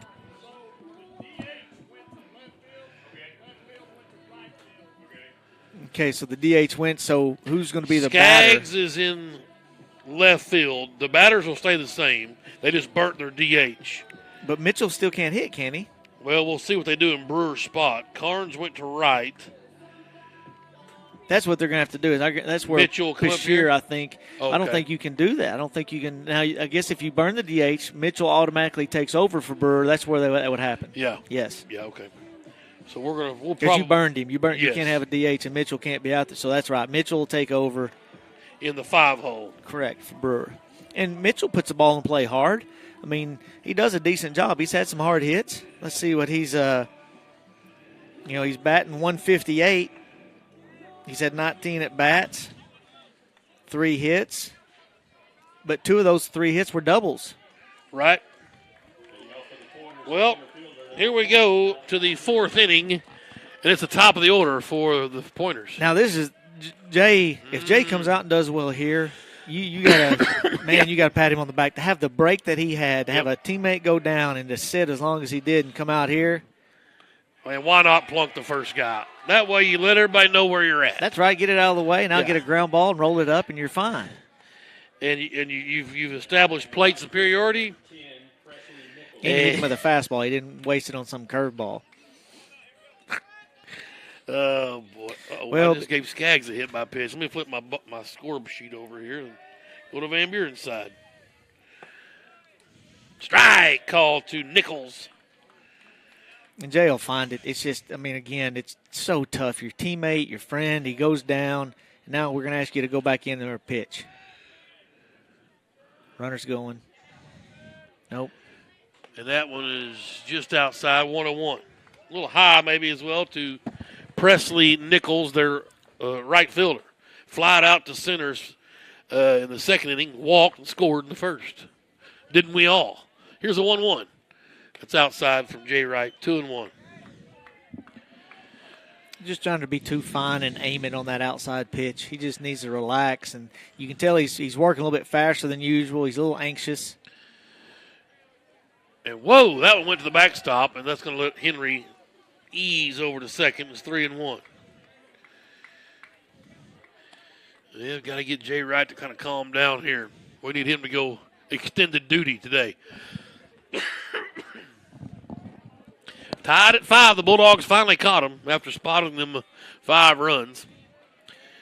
We're in the top of the 4th. And inside it's a walk. So 1st and 2nd for Van Buren here with nobody out. Well, the thing that plagued us in the 1st inning is right now just being able to throw strikes, a hit by pitch, and a walk. I still am not impressed. Van Buren, they've had, 1 hard hit to center field, maybe 2 hard hits to center field that Mitchell's had to get, and really that's about it. Here's Eli Gilreath, their 3rd baseman. He's strike. 0 for 1 with a walk. That's a called strike. Grounded out to short. Scored a run. His beard game is strong for a high school kid. Very strong. 0-1. That one's lifted into the air. Can Mitchell run it down? He's on his horse in center and makes the catch. They'll tag at second. A nice arm from Mitchell, but to the cutoff at short.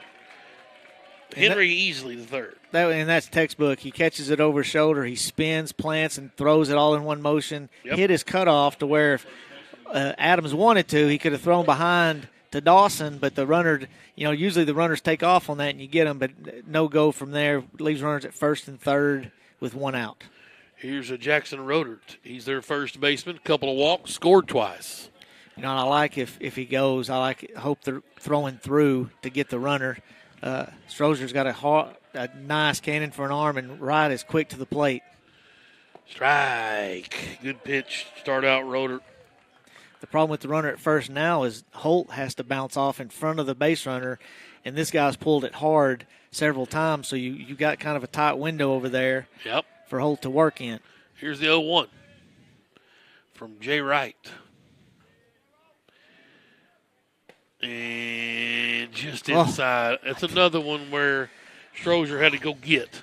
I think that was a strike. Yeah, it's close. It's right there in the old, what's it called, the alleyway, the river, the wash. What do you call that? Between the box and the plate. It's close. 1-1. That's a strike. Lifted to center. Mitchell's got to really work to get this one. He does not. He goes over his head to the wall. That's going to score 1. They're going to wave the runner at 3rd, and if a good throw is going to get him, it's up the line a bit, and he's in there safe. A double and 2 RBI for Jackson Rodert. I think Harrison wishes he had that throw back. I think if he realized all he had to do was get the ball to Strozier, he had him dead to rights. Yep. Don't you think so? And I think he turned thinking it was going to have to be a perfect throw. Yep. And everybody did what they were supposed to. Got it in quickly, got it to the cutoff. They just put a bat on the ball right there, and it just found a hole. So 7-5, the Pointers back on top. Here's Hayden Hurst, their DH. Reached on an error twice, if you can believe that. He was stranded at 3rd, stranded at 2nd in the 1st and 2nd innings. Jay Wright kicks and fires. That's upstairs for ball one. 7-5. I still think part of it with Jay is he has to be given those corners. And if not, any pitcher has to, but he's not going to blow it by you. So he needs them. He's a pitcher. And, when he doesn't get those corners, he has to leave it over the plate. And then what you do is you have a guy just throw his bat out there and hit the ball to the gap. Put Greg Maddox in the Hall of Fame, getting those corners. It did. One of my favorite memes is that house where the paint on it is just on the outside of the, and they said this house painted by Greg Maddox. He only painted the corners. Exactly. Let's see how many pitches Jay Wright's thrown this game. It's got to be. So he is at 57, which is not a lot, considering he come in with no outs in the first. Yeah, faced the fourth batter at a 2-0 count. Mikado came to the mound, had a meeting. Everything status quo. Strozier will ease back to the dish. When you do that, you just try to cool their bats a little bit, Yep. and you make sure the defense is on the same page. The infield looks like the middle's back. They're going to get the out, which looks like Harrison may be creeping in a little bit, him and Morgan. Rodert's at third, an RBI double, or 2 RBI. Strike called to Hurst, 2-1. So what he told the middle, I'll bet, is, something hard, cut it in half. If it's hard, gun him down at home. If it's not, go to first. And 2-2. That one's in the dirt. I beg your pardon, 3-1. The 2-1 was in the dirt. 3 balls and a strike to Hayden Hurst. And that's outside. He walks. So they hadn't gotten this guy out yet today. Reached on an error twice, and now a base on balls. And Connor Brady. He's their catcher. He'll stand in now. Walked and popped out to the shortstop. Looks like they're calling down to the bullpen. Going to get some action going down there. Strozier back out to the mound. Time is called. I don't know if anyone was getting loose in the bullpen. I think he's going to go in for Pettigrew so Pettigrew can get loose in the mound. Gotcha. Unless he's going to go ahead and make the switch now. Yep. And so Jay Wright came in and did yeoman's work, got the Bulldogs back to tied, but couldn't hang on to it here as Bashir has checked in. I believe that's him with the flowing locks. It is. But, we talked about the pitching that Jay had, 10 innings going into the game? And Yep. he basically just, threw half of those now again. Mm-hmm. Weston Bashir is over at third base. Now this really jumbles up the action. Well, Bashir coming for right. He'll get right spot in the, probably right now he's in the right spot in the batting order. Whether he bats or not, we'll know. Since you've done away with the DH, he almost has to. Yeah. Unless you're going to bring Wright back in, and then Wright has to stay in for Bashir, and Bashir's burned. Yep. Pettigrew's a sophomore. They say he's kind of one of those guys that over the next 2 or 3 years, he's only going to get better. He's going to help you. If your program's going to be successful, he's going to be one of the reasons. Hitting and pitching. So hopefully this is good experience for him. He can just come in and throw strikes. We talked about these moments for like Mitchell last year. Yes. These are these moments, these guys, Carnes at the plate, Pettigrew on the mound, that is great, but you don't want to give up the game for someone to have experience. Right. Yes, exactly. Well, I mentioned Bashir's flowing locks at third. Pettigrew, no stranger to some, what do you call that? Prel or what's the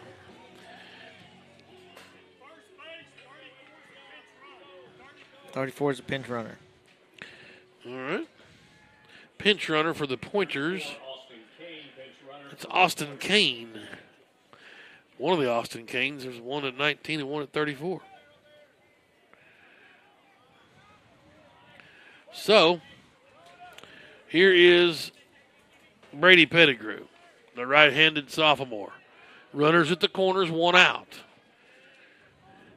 First one's laced right back up the box. Oh, what a stab by Adams. Adams at short couldn't do the flip over the back of his head and turn the double play, which would have been Hall of Fame worthy. He did make a great play at first to get one out. Yeah, and that's one of those where if he's not going to cover the bag on the first and third, that he's not even there and that's a base hit.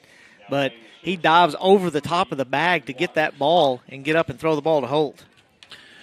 So it's a ground out, but an RBI for Brady. And it's 8-5. Pettigrew. Second one laced to center field. Good job out there, Mitchell, just waiting on it. And that'll be out number 3. So there was some damage done. They chased Jay Wright. They scored 3. They had one hit. There was no errors. They left a man on base. 8-5, middle of the 4th inning. Let's take a break here in Greenwood. So Greenwood Sports Center and the Sports Hog 103.5.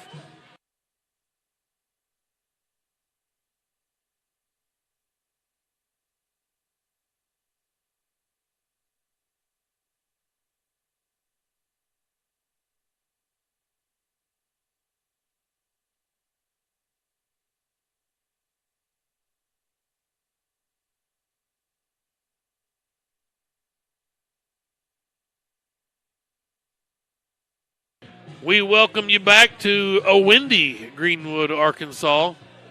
Not just because I'm up here blabbing. The wind's howling out of the south. So a ball hit out to left here at the baseball diamond will have opportunity to get into the parking lot. The lights are illuminating as we speak here at the diamond. Softball going on out across the center field fence. I believe Saki's down 6-4, right, at the top of the 7th. So the Lady Bulldogs are down 6-4 to Van Buren over there, with Van Buren batting in the 7th. There is some action up on the pitch at Smith Robinson as Van Buren comes in for a soccer match with the Bulldogs, boys and girls. So a lot of action here on campus today. Emotional roller coaster, up and down, up and down. We did good to get it tied, and then they take the lead. And now Greenwood, you're going to task them with the top of the lineup up. This is where you want it to happen. I mean, you're down 3 in the bottom of the 4th with the top of the lineup. This is where you want to make a big move. Well, you like to see that between innings as the catcher threw it down as the pitcher was warming. I see Malachi Henry running all the way out to the fence as that one got through all 3 players. So the guy stealing center field is out if we do that. So don't try to take center field. I see a shift change in the softball diamond, so Greenwood's coming up to bat, hopefully still 7-5. And the Lady Bulldogs a chance to do it here in the bottom half of the 7th. We'll keep you posted. Thoughts and prayers out to Luke Brewer. Slid into second earlier in the 3rd inning and was down for a while. Ambulance carted him out. An obvious ankle injury to his right ankle, so he's being attended to. Hopefully he'll be fine. I know he will. Skaggs is up. And time is asked for by Braden and granted by Paul Cates. Well, you've been here long enough. I mean, you've grew up here. You know, Bulldog's not just a mascot. It's a state of mind. It's everything you do. Right. You have a Bulldog mentality. Inside the Skaggs. And Brewer's the epitome of that persona of having a Bulldog mentality. Right. Gaddis still up working for Van Buren. Curveball's in there for a called strike. 1-1. Skaggs singled in the first, flied out to center in the 2nd. Here's one lifted to left center. It's down, and maybe extra bases. Yes. It is. Good job of the left fielder to flag that, kind of running away from him, too, on a nice hop, and saved one base for sure. A double for Braden Skaggs. And when you don't have a great breaking ball, and Gaddis doesn't, he's not got a great breaking ball, but he's throwing it so much that these guys, that they're seeing it, all they can do is stay back. He leaves it over the middle of the plate. Skaggs did a great job of staying on it and hitting it in the gap in left center. Morgan had a shot to do the same thing right there, but he watched a curveball in there for strike 1. You got to be careful, Gaddis quick pitching. He's trying to get these guys where they can't get their timing to hit that curveball. Yep. Here's the 0-1. There it is again. Same pitch. Boy, that thing's sitting out there on a tee. Bryce would like to have both of them back, I'm sure of it. Well, the 0-2 wasn't out, Keith. Gaddis steps off. The coach is telling him 2 outs right side. You know, the least you can get out of this at bat is something to the right side and get the runner on third base. Gaddis taking a couple of peeks back and now comes home, and Morgan, not a good at-bat, swung at a bad pitch outside. He strikes out. That's the fourth strikeout today. Fifth strikeout, rather, of Greenwood batters. Now, and I can tell you as a batter, he thought when he started to swing that he could at least foul it and get to it, and then kept breaking away from him. By the time he swung, he couldn't touch it. Adams chops one to third, gloved, looked the runner back across the diamond, out. Skaggs can go nowhere. 5-3 on the putout. Quick work of Harrison Adams. Here's Grant Carnes. Now, I talked about the wind blowing out really to the foul pole left side. I'd like to see him hang a curveball to Carnes and see what he's got to offer. Yeah, he swings hard. He doesn't get cheated at the plate. He's going to swing the bat. That's the thing is, you know, it's going to be hit hard somewhere. 1 for 2. That's upstairs. Ball 1 to Grant Carnes, the freshman phenom. An RBI double in the first. Flied out to right to end the second. Here's the 1-0 from Gaddis. Oh, it fooled him with some dirty breaking stuff. That thing fell off maybe even a changeup kind of look. That thing's floating out there. He slowed it down. It was the same curveball. I just think he slowed it down even more. That one's lifted in the air, and it's going to get caught. Great job by their second baseman, Dudley. Kind of fell off the infield dirt or that downslope and was able to hang on to it into the outfield grass. Yeah, and if you don't play here very much, I mean, it's a trek down the hill, if so to speak, behind second base. It goes downhill sharply. Well, we had a double. Stranded Skaggs out there at second base. 1 hit. We've got 7 hits. Only 5 runs, though. Van Buren with 8. Pointers lead by 3 here after the 4th inning. Let's take a timeout. Greenwood Sports Center and the Sports Hog 103.5.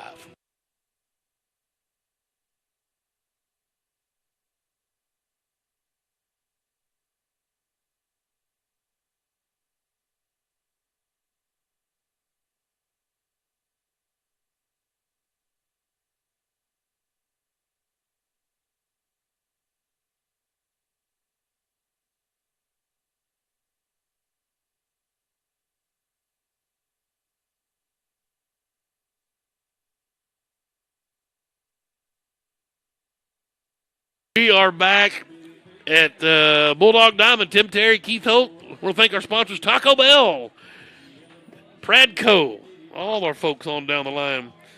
You know, Pradco, they've got that old Bobby Garland baby shad. They made 1 million of them things in Fort Smith. It's a great lure. Sell them at, I think, Academy, probably Walmart. Yeah, Bobby Garland baby shad. Go check that thing out. I bet the lake is white capping right now with the wind up like it is. Yes, right. 8-5, Van Buren leads. Here comes their pitcher, Mr. Gaddis, to lead off the top of the 5th. He's their 8th hole. Let's see here. He singled in the 3rd and flied out to right in the 1st. He was cut down a part of the 6-4-3 double play at second base and swings at the first one in the dirt. From Pettigrew to strike 1. Fouled it back. And if you're Greenwood, you just need to, right now, if there can be a base runner, you got to go, you can't let anybody score this inning. You got to keep it within striking distance, get up to the plate, get back to the top of the lineup by the 7th inning, you're going to be fine. Strike. Called strike. Good pitch from Pettigrew. Outside Black. Gaddis says, hey, man, I didn't get that. That's back exactly in the what third. Gaddis said. What's going on here? Bashir's over at 3rd with Pettigrew on the mound now. Carnes went to left, or to right. This one's fouled up out of play over Greenwood's dugout. Carnes went to right field, and then Skaggs is in left after Brewer was injured. Then once they changed pitchers again, it's been a jumbled up mess. I mean, you got some speed in the outfield with Mitchell, Carnes, and Skaggs. Mm-hmm. And that one's pull cued over to Greenwood's dugout. And still 0-2 to Devin Gaddis, the Van Buren pitcher. Well, it's the bottom of the 7th in softball. The girls are still batting over there. Maybe Greenwood's rallying. Here's the 0-2. That's laced to center. Can Mitchell get to it? Ah, nice diving stab out there in center field. Austin Mitchell slinging some leather out there in the center today. Nice. That was a good catch, dove. And really, it's one of those where you can't go too fast. If he gets there, it's going to be an awkward catch, and he kind of timed it up just right to be able to dive out, watch it in his glove, Superman-style catch. Here's Chanson Henderson, their left fielder, walked, grounded into a double play. One out here in the top of the fifth. Pettigrew kicks and fires. Just upstairs for a ball. And that's not upstairs. I mean, that's just upstairs for a ball. Me and you both want that to be a strike. You know what I mean? You're right. Here's a 1-0 from Pettigrew. Squaring to bunt, and bunts down. Pettigrew, nice. Filled your position over to first. Beautiful. That's 1-3 on the putout. We go to the top of the order, Malachi Henry. Maybe trying to sneak a bunt in there on us, Keith? Yeah, it had to. I mean, you got Dawson playing deep. You got a pitcher that doesn't look very fast, and you try to put it down the right side to the first baseman. It wasn't a very good bunt. I guess when you've gotten on base every time at bat, you're thinking something good's going to happen. And here comes from Pettigrew. That's in there for a called strike to Malachi Henry. Henry's walked, scored, hit by a pitch in the fourth, and scored. Hit by the first pitch, as a matter of fact, after the long break. There's a shot towards the shortstop. Adams waits on it across the diamond. Save. They couldn't get the speedy Malachi Henry. Bulldogs thought they had him as they all raced towards the dugout. It had to be a base hit, yeah. Just legged out a single. I don't know what else he could do differently. No, he did everything right. The old infield single. And Presley Nichols now. I couldn't see the bang-bang because of the light pole again, Keith. Durham hadn't missed many in his career. This was fouled back out of play from Nichols, their right fielder. And I couldn't tell. Mercado didn't say anything. He knew it had to be close enough. Yeah, right. At least get a jab at him, but when Coach Mercado was silent, we'll take it. Here's the 0-1. To the left-handed batting Nichols. This one's in the air. Mitchell again on his horse. Hats off. And they collide out there, but Carnes hangs on to it. I believe Carnes ended up making the catch in right field. And maybe a little better communication. That's the last guy you want to run into, Mitchell's Grant Carnes. Yeah, and that's where, Carnes is usually an infielder. Yeah. And he's just not used to, center fielder calls it, you get out of the way. And I don't know if I didn't hear anything, but we're up here. Right. But, and also Mitchell's got to know Carnes is camped under to let him have it. Yeah. Well, that'll do it for the top of the fifth. There was minimal damage, if any, as there was one single, but Henry was stranded out there at first base. Bulldogs coming to bat. It'll be, I believe, Mitchell, Pettigrew, and Jay Wright. We'll see how that pans out, which Bashir will probably take the third batting spot here in the inning coming up with all the substitutions and injuries. 8-5, Van Buren. As we head to the bottom of the fifth inning, we'll take a quick break on Greenwood Sports Center and the Sports Hog 103.5.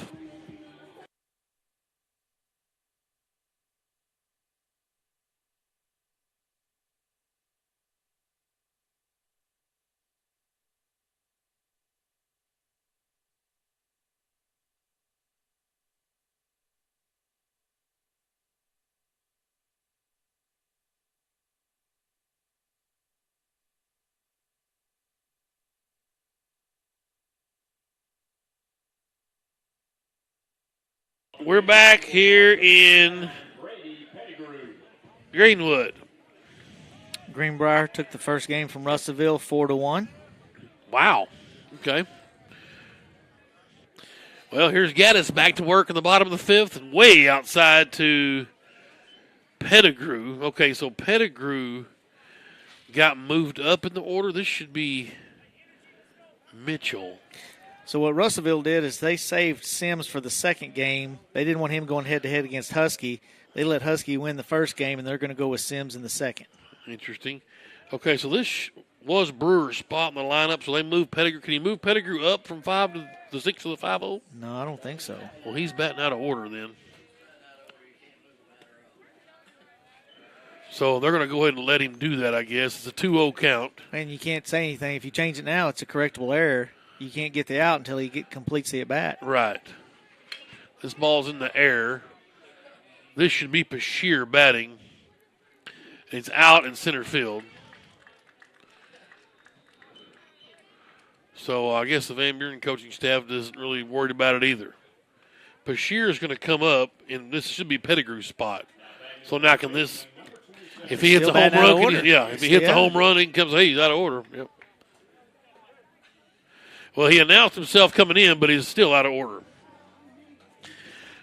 So appreciate the announcement, but it's basically irrelevant. And swinging a miss from Bashir. Now, how am I supposed to do my scorebook here with everybody out? I'm going to put everybody where they're supposed to be because it's going to get changed if they even get another at-bat. Well, and rumor has it Sims for Russellville may not pitch again. He may be done. Really? 1-1 the count to Bashir. To me, that makes a nice hit for Bashir. Yeah, it's going to be all for nothing. It's a single out to center field. Let's see if the Van Buren coaching staff comes out. They better say something before a pitch happens. Here's Doc Holt. So Bashir is on base with a single. And they're not going to say anything. They may have got lost in the shuffle as well with all the antics. Pettigrew, what'd Pettigrew do? Fly it out to where? Center. And that's it. So we're going to dodge that bullet. So Holt's going to look at it. The first pitch was a strike, 0-1. I'm not sure anyone is ever clear on everything going on with the removing of the DH. Now, see, they got Holt bat. This should be Jay Wright. This should be Jay Wright. They've literally moved the order up a spot as he lifts this one to center. That's Doc Holt.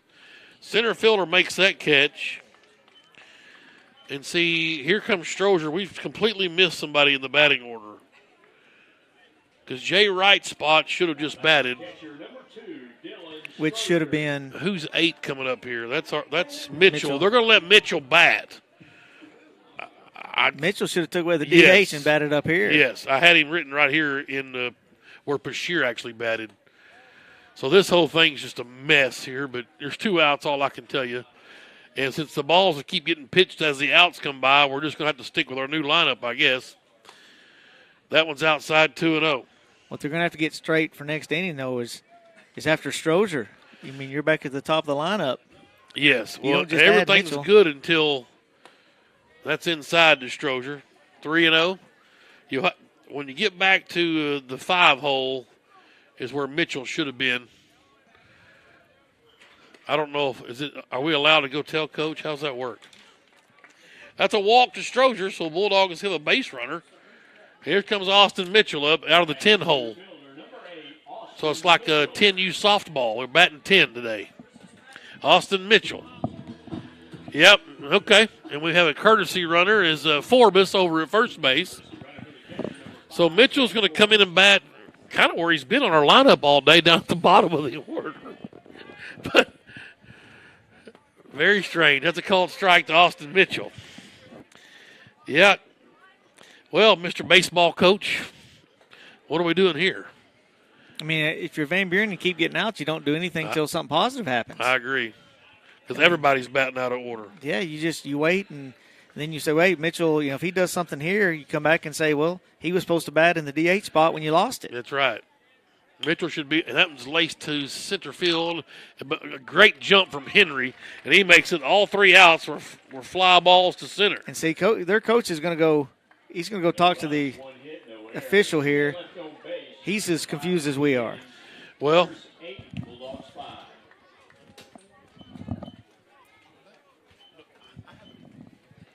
yeah, their coach is trying to get the lineup right, and I don't know if they will. They need to make sure that don't happen again. Greenwood needs to check the lineup and make sure that doesn't happen again next inning, or it's going to come up in the bottom of the 6th or bottom of the 7th inning.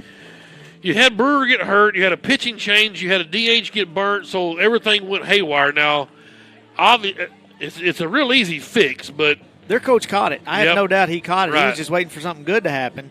He's down there talking to him now, and that's what he's telling them is, look, I was waiting to see what happened. Mitchell hits a double in the gap. Yep. He's batting out of order. He's out, end of inning. So now are they going to be able to put Mitchell in the 5 hole? Bashir would go to the 7 hole. Pettigrew would be in the 6. Holt would be 8. Strozier would be 9. Yes. That's how it should be. That's right.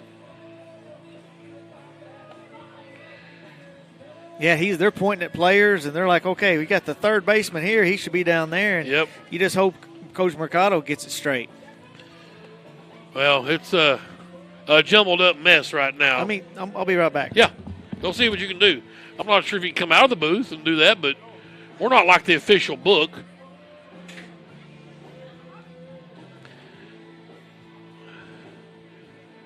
But and there's no really, I don't know if there's any way that the umpires will be able to keep up with all this mess. So Pettigrew's back up on the bump. He's getting warm. Now what's happening here is he's throwing a lot of pitches while they're discussing this. But Coach Weatherford's got a very good argument here, and they're going to bring in Mikado now and talk about the issues with the lineup, because it certainly is a mess. And like you said, if we just keep coming up and batting, eventually something good's going to happen and we'll be called out. I say that. The first four batters are batting in order, so I don't know at what point you say they're batting out of order. But we wait now as they talk about the lineup. Should be interesting to see what Keith can find out, if anything. Okay, so basically what happened was when he went to add those people, they just looked at the lineup that you had, which had Mitchell at the bottom. Yep. They said he's going to come in, and Cates, the umpire behind the plate, just agreed with everything Mercado said, and he said, I got it approved. So they just scratched out Brewer and went Pettigrew 5, Bashir 6, Holt 7, Schroeder, and just right like that. Yes. Wow. But their coach caught it, and that's what, one thing Mercado said was he had the umpire to approve it. But I don't know if that would have held water if they go and say, well, look, this is the rules. Doesn't matter if he approved it or not. This is what happened. Yes. So I'm curious, like you said, and they're just over there buying time for us to hit a 3-run jack to tie this thing and then protest. That's right. So, and I'm sure that's what they're conversing about now. But Mitchell should get another at bat. He should be coming up in the 5-hole, correct? Yes. And then it should be Pettigrew, who's been in the 6-hole all day. That's right. Bashir should be 7, then Holt and Strozier. That's right, because Bashir's hitting for right. Yes. And then Holt and everybody else is the same. Yes. Yep, I agree. Yep. Because when they burnt the DH when Brewer got hurt, they put Skaggs in left. That burnt their DH, so Mitchell had to come out of that non-batting center field 10-hole and take Brewer's spot in the lineup. That's exactly right. Now, when you say it now, it sounds a lot easier and more simple than it did 10 minutes ago. Right. And, of course, Kenning got pulled, so Wright took his spot in the 7-hole. And then Bashir, who came in, or Pettigrew went to pitch, so Bashir took Pettigrew's spot at third. He takes over the pitcher's spot in the lineup. Yeah, it's a mess. And the folks in the bleachers are wondering, what's going on? What could possibly be wrong here? But I'd like to go down there and explain it to them because I can do it. I'm an old factory worker. Just go down there and talk like you're a politician and say, okay, what we have here, I always talk like I'm a politician. No, I know you do. I'd vote for you. Oh, thank you. I appreciate that. Yeah, Game Mode, Taco Bell. Appreciate all our sponsors. Phil, what was it, Pradco? Yeah. I need to start doing some fishing. I can't golf. I just can't play. I'm too fat anymore. I can't swing. I got my son some new clubs. His are too short. He's too tall. Oh, first world problems. As we're still discussing the batting order down here in front of the Greenwoods first base dugout.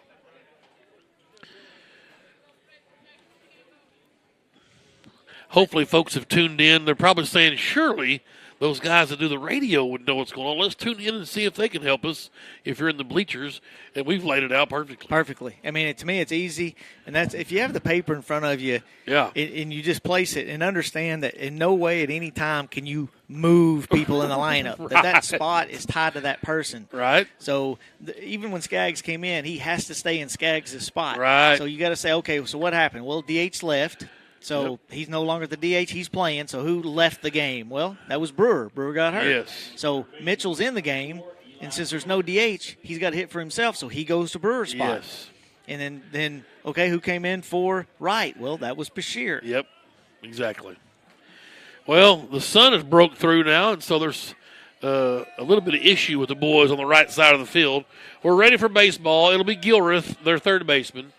He is 0 for 2 today with a walk, and the first one's a called strike from Pettigrew, who's out there still at work, the sophomore. We're at the top of the 6th, 8-5, Van Buren. Been a wild one here so far. I'd expect nothing less, and that one's just inside, 1-1. You see the right side, it's been behind the sun. They're all squinting now. Yep. Pettigrew, the right-hander, kicks and fires. Just missed it outside, 2-1. Strozier tried to bring it back into the picture, but to no avail. Defending state champs, these Van Buren Pointers in 5A baseball. Here's the 2-1. That's ripped to the left, and it's going to be down for a base hit. Skaggs there on one hop. He'll bring it into cutoff, but a leadoff single here in the top of the 6th. We're playing 7 innings. Man, don't quote me on this if people are listening that know better than me. I think in Florida, Skaggs was playing left, and he dove for a ball that got by him. And it was just not a great moment, and runners kept going. I think because you saw him take an angle like he was going to go for it, and he kind of pulls up and says, wait, I'm going to just keep it in front of me and keep the runner at first. And the Pointers will bring a courtesy runner in.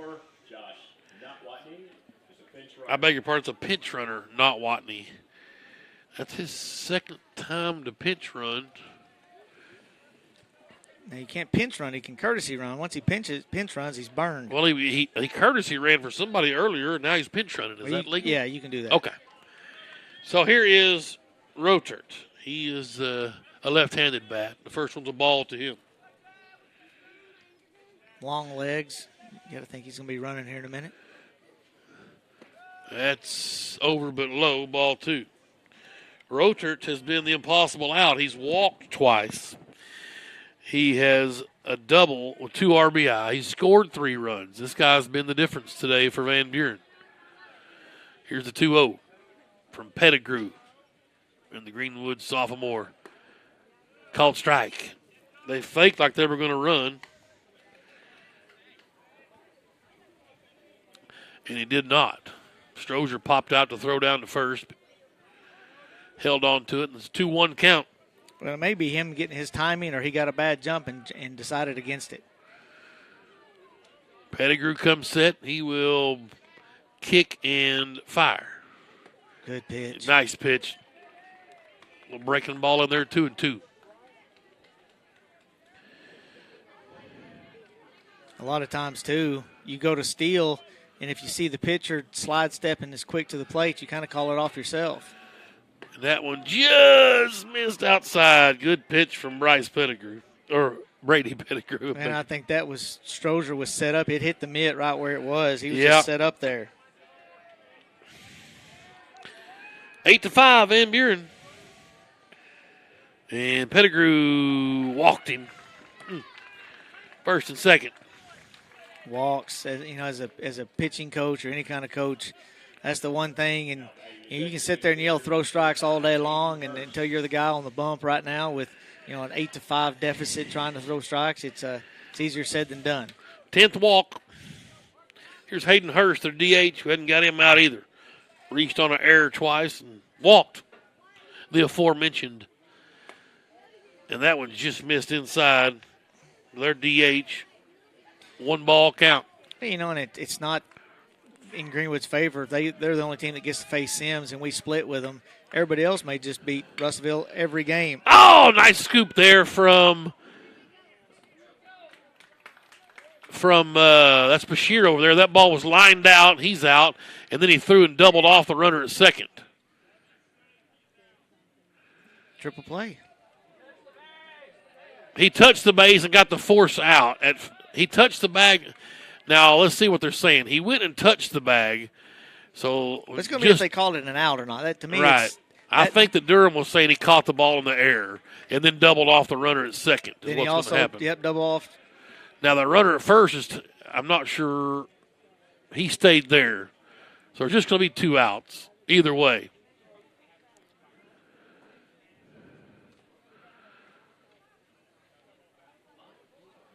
Not sure what's happening here. He should be They should both be out. And they'll get it right if they just run through what happened. This is probably easier than the lineup thing. Yes. It all depends on whether he thinks that Bashir caught the ball in the air. Well, they sold Mikado on it. If Bashir didn't catch it, he ran and touched third and got the force out. That's fine. Are they saying that he didn't catch it? He got the force at third and then didn't get him at second then? That's what they have to be saying. Because he was off of second running. Now, they wasn't tagged, so I'm not sure if that may be the case. But is that the base runner at first? 25. Hurst is at first. Yeah, he was the batter, yes. So they're giving him a hit. I mean, or the fielder's choice. Right. And they're going to put Rodert at second, and they're going to say Gilbert was out 5U. Gosh. That's tough. I thought he caught it, and even if he didn't catch it, he got the force at third, and they got him at second. It would have had to have been a tag, but he was just kind of caught out. Now they're going to call him out. That's the way it should be. I think that's good officiating. And again, you just run through it, and if they say he caught it, then he did right. And I think that's not what they said, but I think they're going to say they went ahead and got him because he left the base, and I guess force and force. It was force and force. Right. That's exactly right. I think what confused everybody is the way Bashir came up and didn't know what to do with the ball. You know, he kind of like, did I catch it? Do I throw it? I mean, there was a chance there for a possible triple play. Yes. Well, he immediately ran to third and just tagged the bag, so at least he knew he had the lead runner. First one now to Connor Brady, their catcher, is a called strike. Which tells me he didn't catch the ball if he ran to right, I agree. That's in there for a called strike. 0-2.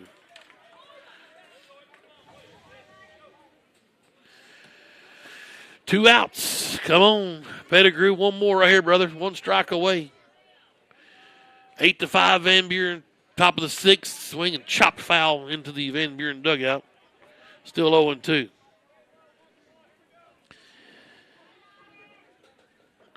Greenwood gave him 5 runs in the first 2 innings. A bunch of walks and errors. Van Buren and the Bulldogs worked their way back, or the Bulldogs worked their way back into this ball game by earning 5 runs. They got a couple given to them. Been a very unclean game as far as baseball standards. Yes. Here's the 0-2. Just high. Good pitch. 1-2 now to Connor Brady, their catcher. And could you imagine if you had 2 officials that weren't as up on the rules and as right. professional? Oh my gosh! How this could be a complete debacle. Yes. The 1-2. There goes the runner. Swing and a miss. And that'll end the top half of the 6th inning. There was a hit. They left a man on base. No runs, though. 8-5. Bulldogs only got 6 more outs. They got to rally right here and get some runs. They trail by 3 here. Game 1 of this 5A West doubleheader. Bulldogs and Van Buren. It's Greenwood Sports Center and the Sports Hog 103.5.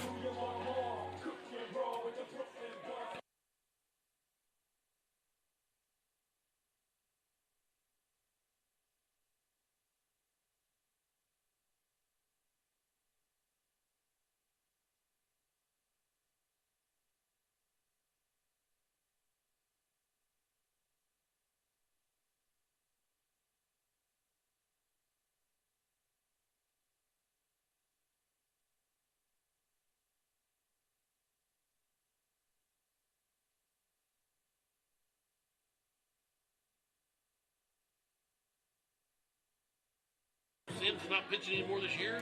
Well, that's what somebody said, from what they understand. And if that's the case, that changes Russellville. Maybe they need to work on their fielding a little bit out in center field.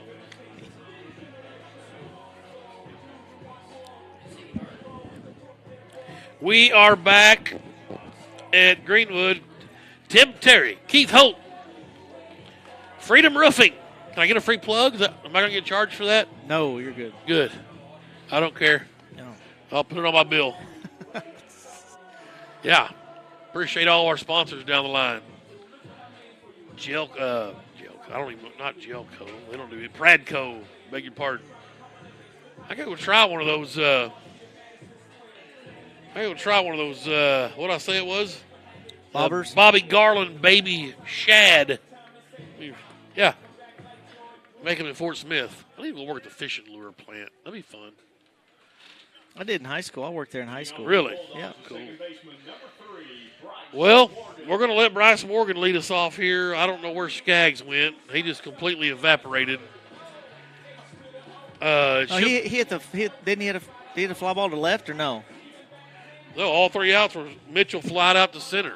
So Mitchell hit for him here is what they're saying. Since this doesn't exist, that's what they're They saying. put him in that DH spot and moved Skaggs here, maybe? 'Cause this is Morgan. No, you can't change somebody in the lineup. Morgan's ripped one to the left. Did he burn the left fielder? He did. Extra bases for Bryce Morgan. Now, we'll see if they've already talked this over, so I have no idea what's going on. But it's a double for Bryce Morgan. I'm happy about that for sure. Well, Yeah, it's a non-correctable that Mitchell had to have hit for Skaggs. So that's where you burn Skaggs. Skaggs loses his at bat because Mitchell batted for him, which brought up Morgan. Okay, all right, I can live with that. Now Mitchell will be up again in this spot in the 5-hole. Somebody will have to bat for him there, right? No. He'll have to bat again? Yeah, he could have been an out there. That's what I'm saying. I got you. If he'd have got a hit, he's out. So Skaggs won't get to bat anymore. Not unless we get another inning. I got you. This ball's lifted by Adams to center field. Morgan with a clean tag, and he's going to take third base, no problem. It's funny, we saw that in Russellville when the guy's tagging, he has a foot on the base. It kind of takes off with the other foot to get momentum while this foot's still on the base. And I think that's kind of what you saw movement before the catch, but he didn't leave the base before the catch. That's right. I agree. And I think immediately Durham called that he was safe. Yes. That it was clean. Yep. There's one just outside to Carnes, ball one. So Mitchell is up here in the 1 hole. Wow. There's a shot to third. Now we're in trouble. Morgan's going to come home, and he's going to get in a pickle, and hopefully someone will go to second. That ball's run into him.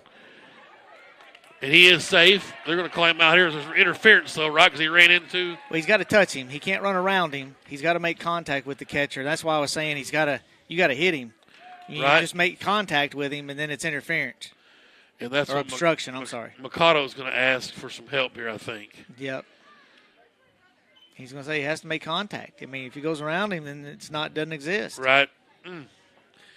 Well, so Morgan's out at home in the pickle. And Carnes is at second base, and it's going to be a fielder's choice. Gaddis got caught in the melee out there. Let's see. Morgan doubled, and he's out. Coming home like 2-5. 5-2-5-1. 5-2-5-1. Yes, I believe that's right. I don't know. Did it look like Morgan went around the catcher? Yes. See, that's where you've got to. You teach him to peel off. If he doesn't peel off, you run into him, and then you get that base. And Mitchell batting again. No, this is Mitchell. You're right. He's batting in the 5 hole That's again. right. That's where so everything should be square now. Yes. Right. All he did is he got an extra one for Skaggs. And had he done something special, they would have called him out. They would have called him out for batting out of order. All right. Son of a gun. So Mitchell's in his correct spot now. He's getting some extra at-bats. That's good. We need him. 8-5. There's 2 outs here at the bottom of the 6th. Wild one here in Greenwood. Gaddis, first pitch swinging. This one's hit by Mitchell a mile in the air. Back towards the wall and gone. It's out of here. A home run. A 2-run shot for Austin Mitchell out of the 5 hole. And those extra at-bats have paid off there as that one got up in the jet stream, and the Bulldogs have pulled it within 1 run, 8-7. Oh, baby. We've been waiting for somebody to tattoo that hanging curveball, and he sure did. And Carnes came in with that, so it's amazing how the lineup problem paid off as Mitchell got a bonus at-bat. That's right. Well, this should be Pettigrew, and it is. Greenwood now 8-7 with 2 out jack right over the 370 spot, and Pettigrew wanted to follow that one and swing and a miss, strike 1. Woo! Good to see. I like sophomores hitting homers. Oh, yeah. That one's, No, that's no. not a good call. That's way outside and low. He just hasn't given that. No, 0-2. If he'd been calling that the whole game, it'd be great. And now Pettigrew's got Nope, a swing. he didn't He did go. not go. So it's 1-2. But it changes everything. You know, it's just the strike zone just got a mile wide now in Pettigrew's eyes. Let's see if he can refocus and get a bat on the ball. 1-2 now to Brady Pettigrew. Oh. Upstairs, 2-2.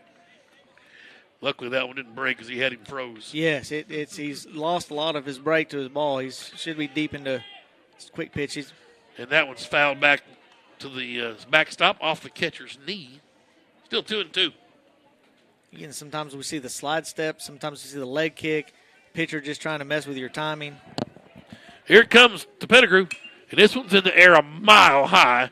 Let's see who will call it. Henry's drawing a bead, and he makes a catch in shallow left center for out number 3. But the damage was done by Austin Mitchell, the sophomore, with a 2-run long ball to left field.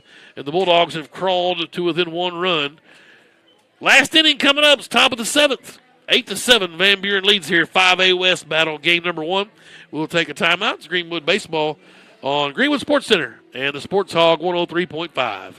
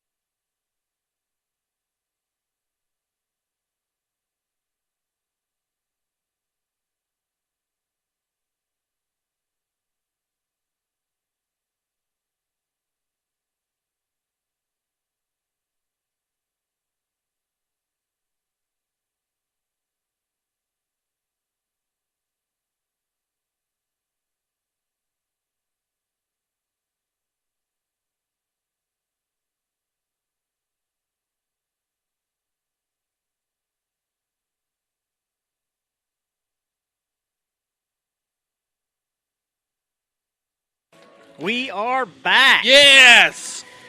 And, one thing that this has done, Tim, has made me and you look like we don't know what we're talking about because we said if Greenwood will only hit the ball, if we'll out-hit people, we'll win ball games. Well, we've done that. It's 10-4. We've out-hit them. But the one thing we forgot to say is, well, we also got to pitch and not walk people and have errors because that's the difference in the game. Yeah, 10 walks so far for Greenwood pitching. Definitely the difference. Here in the top of the 7th, first pitch swinging. That's a fair ball just down the line inside third base. Bashir, a nice diving stab, but couldn't come up with it. And Skaggs did a good job of going and getting that ball and keeping it from being a double. Usually those balls that go over the base to left field in that corner are a double. He did a good job of getting to the ball and getting it inbounds, or getting it in. that was Brecken Waters. They're short with that little CNI single right down the line. Here is Gaddis.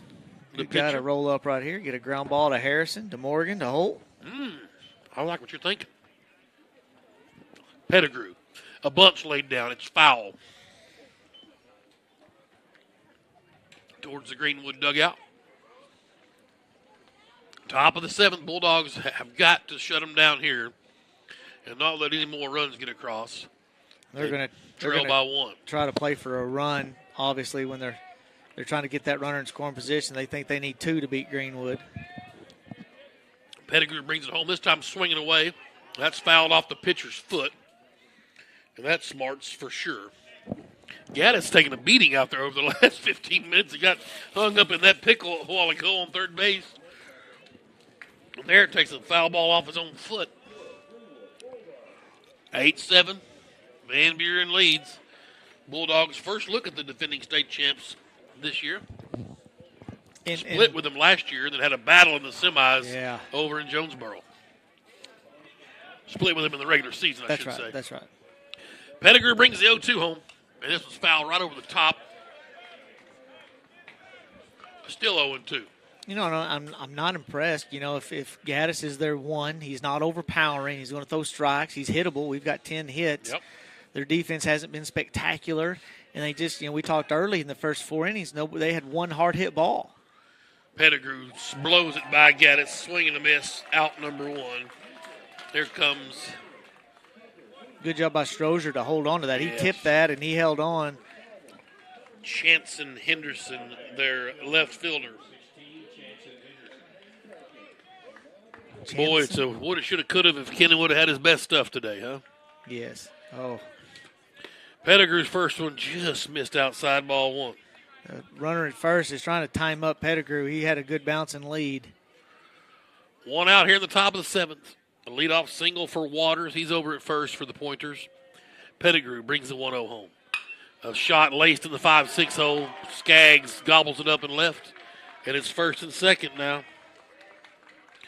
In the top of the order, Van Buren smells a little blood in the water. That's a 7 and 9 hole getting busy. Boy, you liked our chances, Keith. 7, 8, 9 in the top of the 7th. That's the third hit out of the bottom of this order. All 3 have a hit. 7, 8, and 9. The other thing, that was the other thing we talked about early in the season, is how good was our bottom of our lineup going to hit. That's I'm sure Van Buren's in that same boat where if they're going to win these games and get splits, the bottom of their lineup's going to have to hit. Of course, Greenwood's bottom is going to be coming up here as well. Here's Pettigrew. Brings it home. And Henry had to go over his head. He'll duck under that and take ball 1. Kai Henry. This kid's a good athlete. Swing and a miss. 1-1. Dad used to be the baseball coach at Shiloh. Moved to Van Buren to do football. Because Shiloh's football program wasn't any good or what? I don't know. It's a good question. Wow. Interesting move. There's a ball laced there just inside the bag. That's going to score 1 for sure. Skaggs gobbles it left. In to score is Waters. And it's first and second again, but an insurance run for the Pointers. Nice piece of hitting from Malachi Henry. And Bashir's isn't too far off the bag. You try to kind of play a no doubles defense, and you have him guard, but those balls are right over the bag. Yeah, no doubt. Both of them we've seen go right just over the bag. Amazing. And they're not hit hard. They're Nope. not. They're hit okay. They're just not hit hard. So it's 9-7 now, and here's Presley Nichols. He's walked, flied out to center, walked, flied out to right field, and scored both times he walked. First and second, 1 out. Pettigrew up on top. He's the third pitcher today for the Greenwood Bulldogs. First one to Nichols is outside ball 1. It's close. 1-0 count. 1 down here in the top of the 7th. Now you just got to try to hold them to 1 run here. Somehow. A double play ball. That's over below. 2 balls. Gilbreth waiting on deck. Pettigrew comes set up top. The sophomore right-hander to the lefty. And that's in there for a call. Just a little high. 3-0. Wow. 3-0. A little high. So if we had one of those K zones like they have in Major League, maybe we can work on getting one of those. That's a strike. Maybe. And a 4-pitch walk. Holland's a whiz with technology. He could probably make us one of those zones, even if we True. use some red tape. Yeah. We can do something. We got the stationary camera up here. We could just kind of paint. Paint a square. Let me see if I can just paint a little red box right there if you're watching on the live stream. Wonder how close I was. We'll go back and watch. Oh, you weren't even close. I was Come watching on. over. If that's the strike zone you were going to Well, paint that's on what Kate's there. is calling down there. Oh, gosh. I'm just kidding. Been a pretty good crew. Like you said, we've had some squirrely situations here this afternoon that some officiating crews we've seen in the past would still be out there. Like Manny, Mo, and Jerry just kind of looking around, wondering, hopefully somebody would come down and help them. Well, I think Mercado used that that was a multi-purpose meeting where you got the defense. You saw him talking to Dawson, getting the corners, what they're going to do with the ball. Probably saying, look, if it takes you towards the line, make sure you throw that ball and get back in case Morgan doesn't make it over there. They're going to try to roll it up here, corners in, roll it up the middle. Pettigrew's first one is high and tight on Eli Gilreath, their third baseman. Ball one. Gilreath walked and scored a run in the first. Since then, ground out to short, flied out to center, and singled the stranded. Well, he got forced out at third. This ball's in the air. Adams running from his shortstop position, and he collides with Skaggs. Skaggs had it in his glove for a moment, dropped it. They tried to catch another base. Henry's out at third. The runner, Henderson's going to score. The ball was fair out there, so there's an out, but a run comes across. Yeah, it's got to be. That's I a thought it tough was an one. error. Did it hit Skaggs' glove? Hit him in the glove. It hit in Skaggs' glove, yes.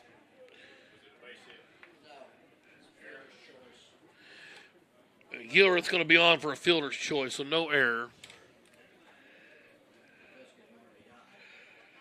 Henderson scored. Henry was out. It was 100% fair. It was. It went foul off his glove, didn't it? Yes. So he's out 7-5. There's no way he's going to call that a foul ball now. Oh, boy. He did. Wow. Our infield. He's going to call that a foul ball, I believe, and Coach Weatherford is livid. Wait a minute. Where's it? No, they're calling somebody out. They're calling somebody else out here. I'm not sure. Infield fly. Batter's out. You think they could be calling an infield fly? No. No, way. you can't. But I mean, what else could they call? That's what I guarantee you they called an infield fly because the shortstop was there. It doesn't matter where the shortstop's at. I agree, but that don't mean they got it wrong. And the Van Buren people are livid. Now, I'm wondering, does that run's got to come back off the board, right? So Henderson's run's got to come back off the board, correct? I don't. So it's going to be back to 9.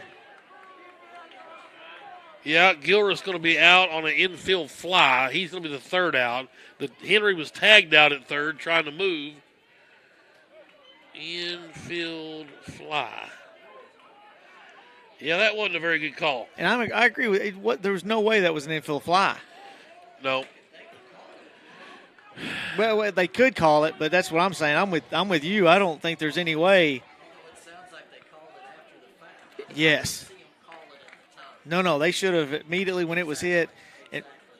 9-7 to score. We've got the bottom of the seventh coming up. Let's take a quick break. Greenwood Sports Center and the Sports Hog 103.5. Right, just get.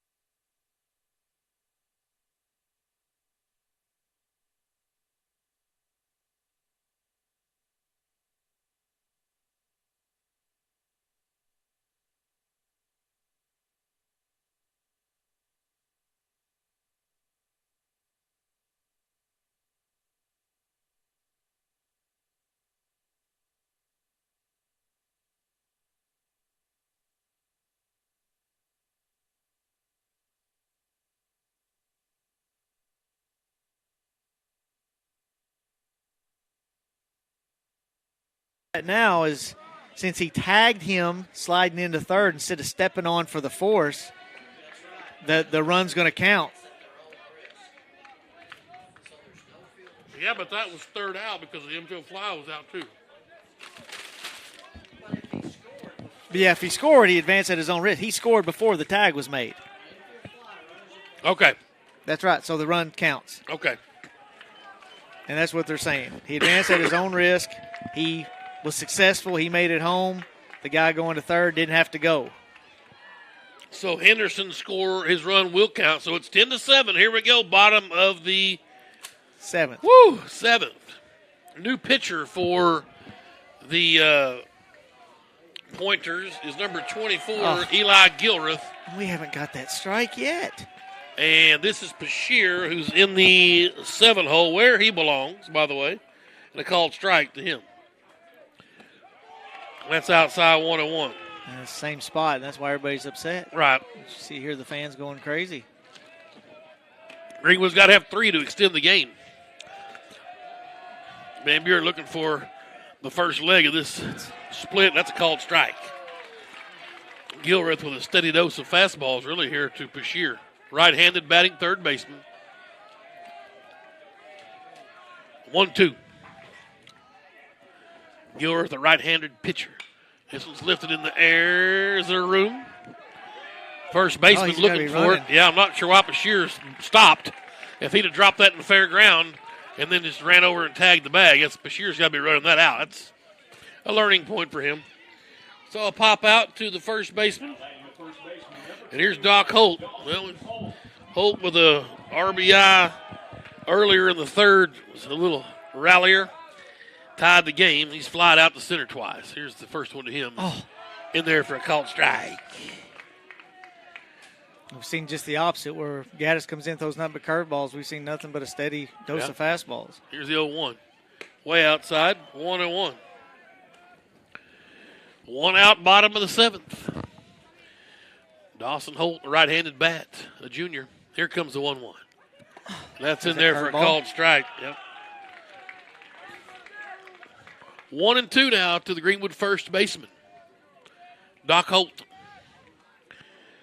And Gilreath got him swinging. 2 down. And Dylan Strozier, the Greenwood senior catcher, the last chance for the Bulldogs here in game 1 of this twin bill. We'll have about 25-minute break between games.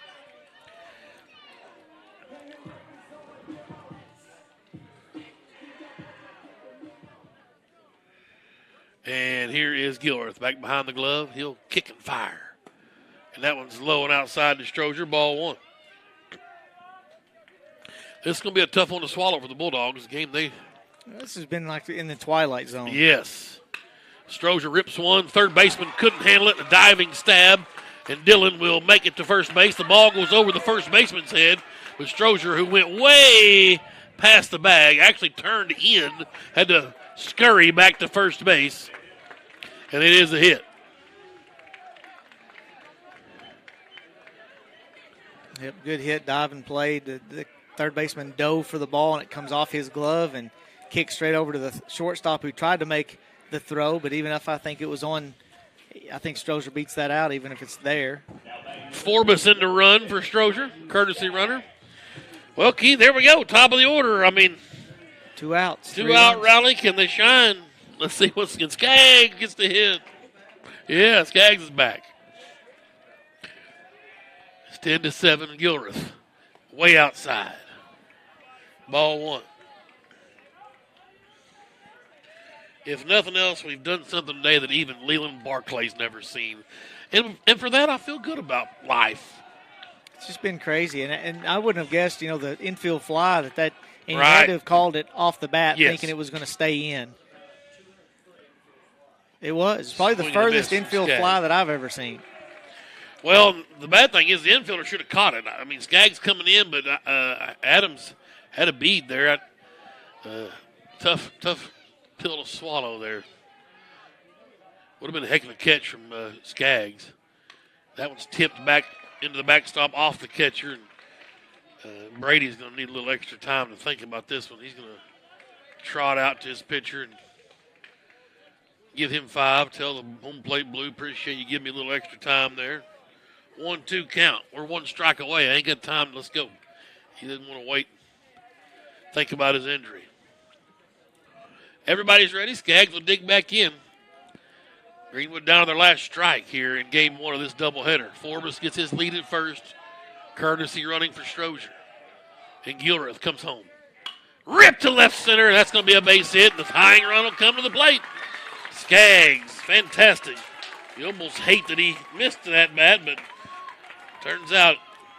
Well, it makes you wonder. I mean, you can never do the what-if game, but, if Austin Mitchell hadn't seen that extra at bat, Right. but does he hit the home run? Yeah. And Well, here's a what if. Can the senior second baseman get a hold of one and put it in the cheap seats? Set dead red fastball if it was me. Couple of doubles today for Morgan. Reached on an error and a strikeout. He's a tying run at the plate with 2 down here, bottom of the 7th. Here it comes. and he sawed him off towards the second baseman. He'll gobble, throw to first, and they get the out. And the Pointers will take game number 1, 10-7 in this twin bill. And I obviously would have loved to have seen a bigger rally there, but I'm kind of glad that thing's over with. That gave me a headache. I mean, that was it was very odd. If you follow baseball, usually you might see something, one thing that odd happens, and this had several things on different levels.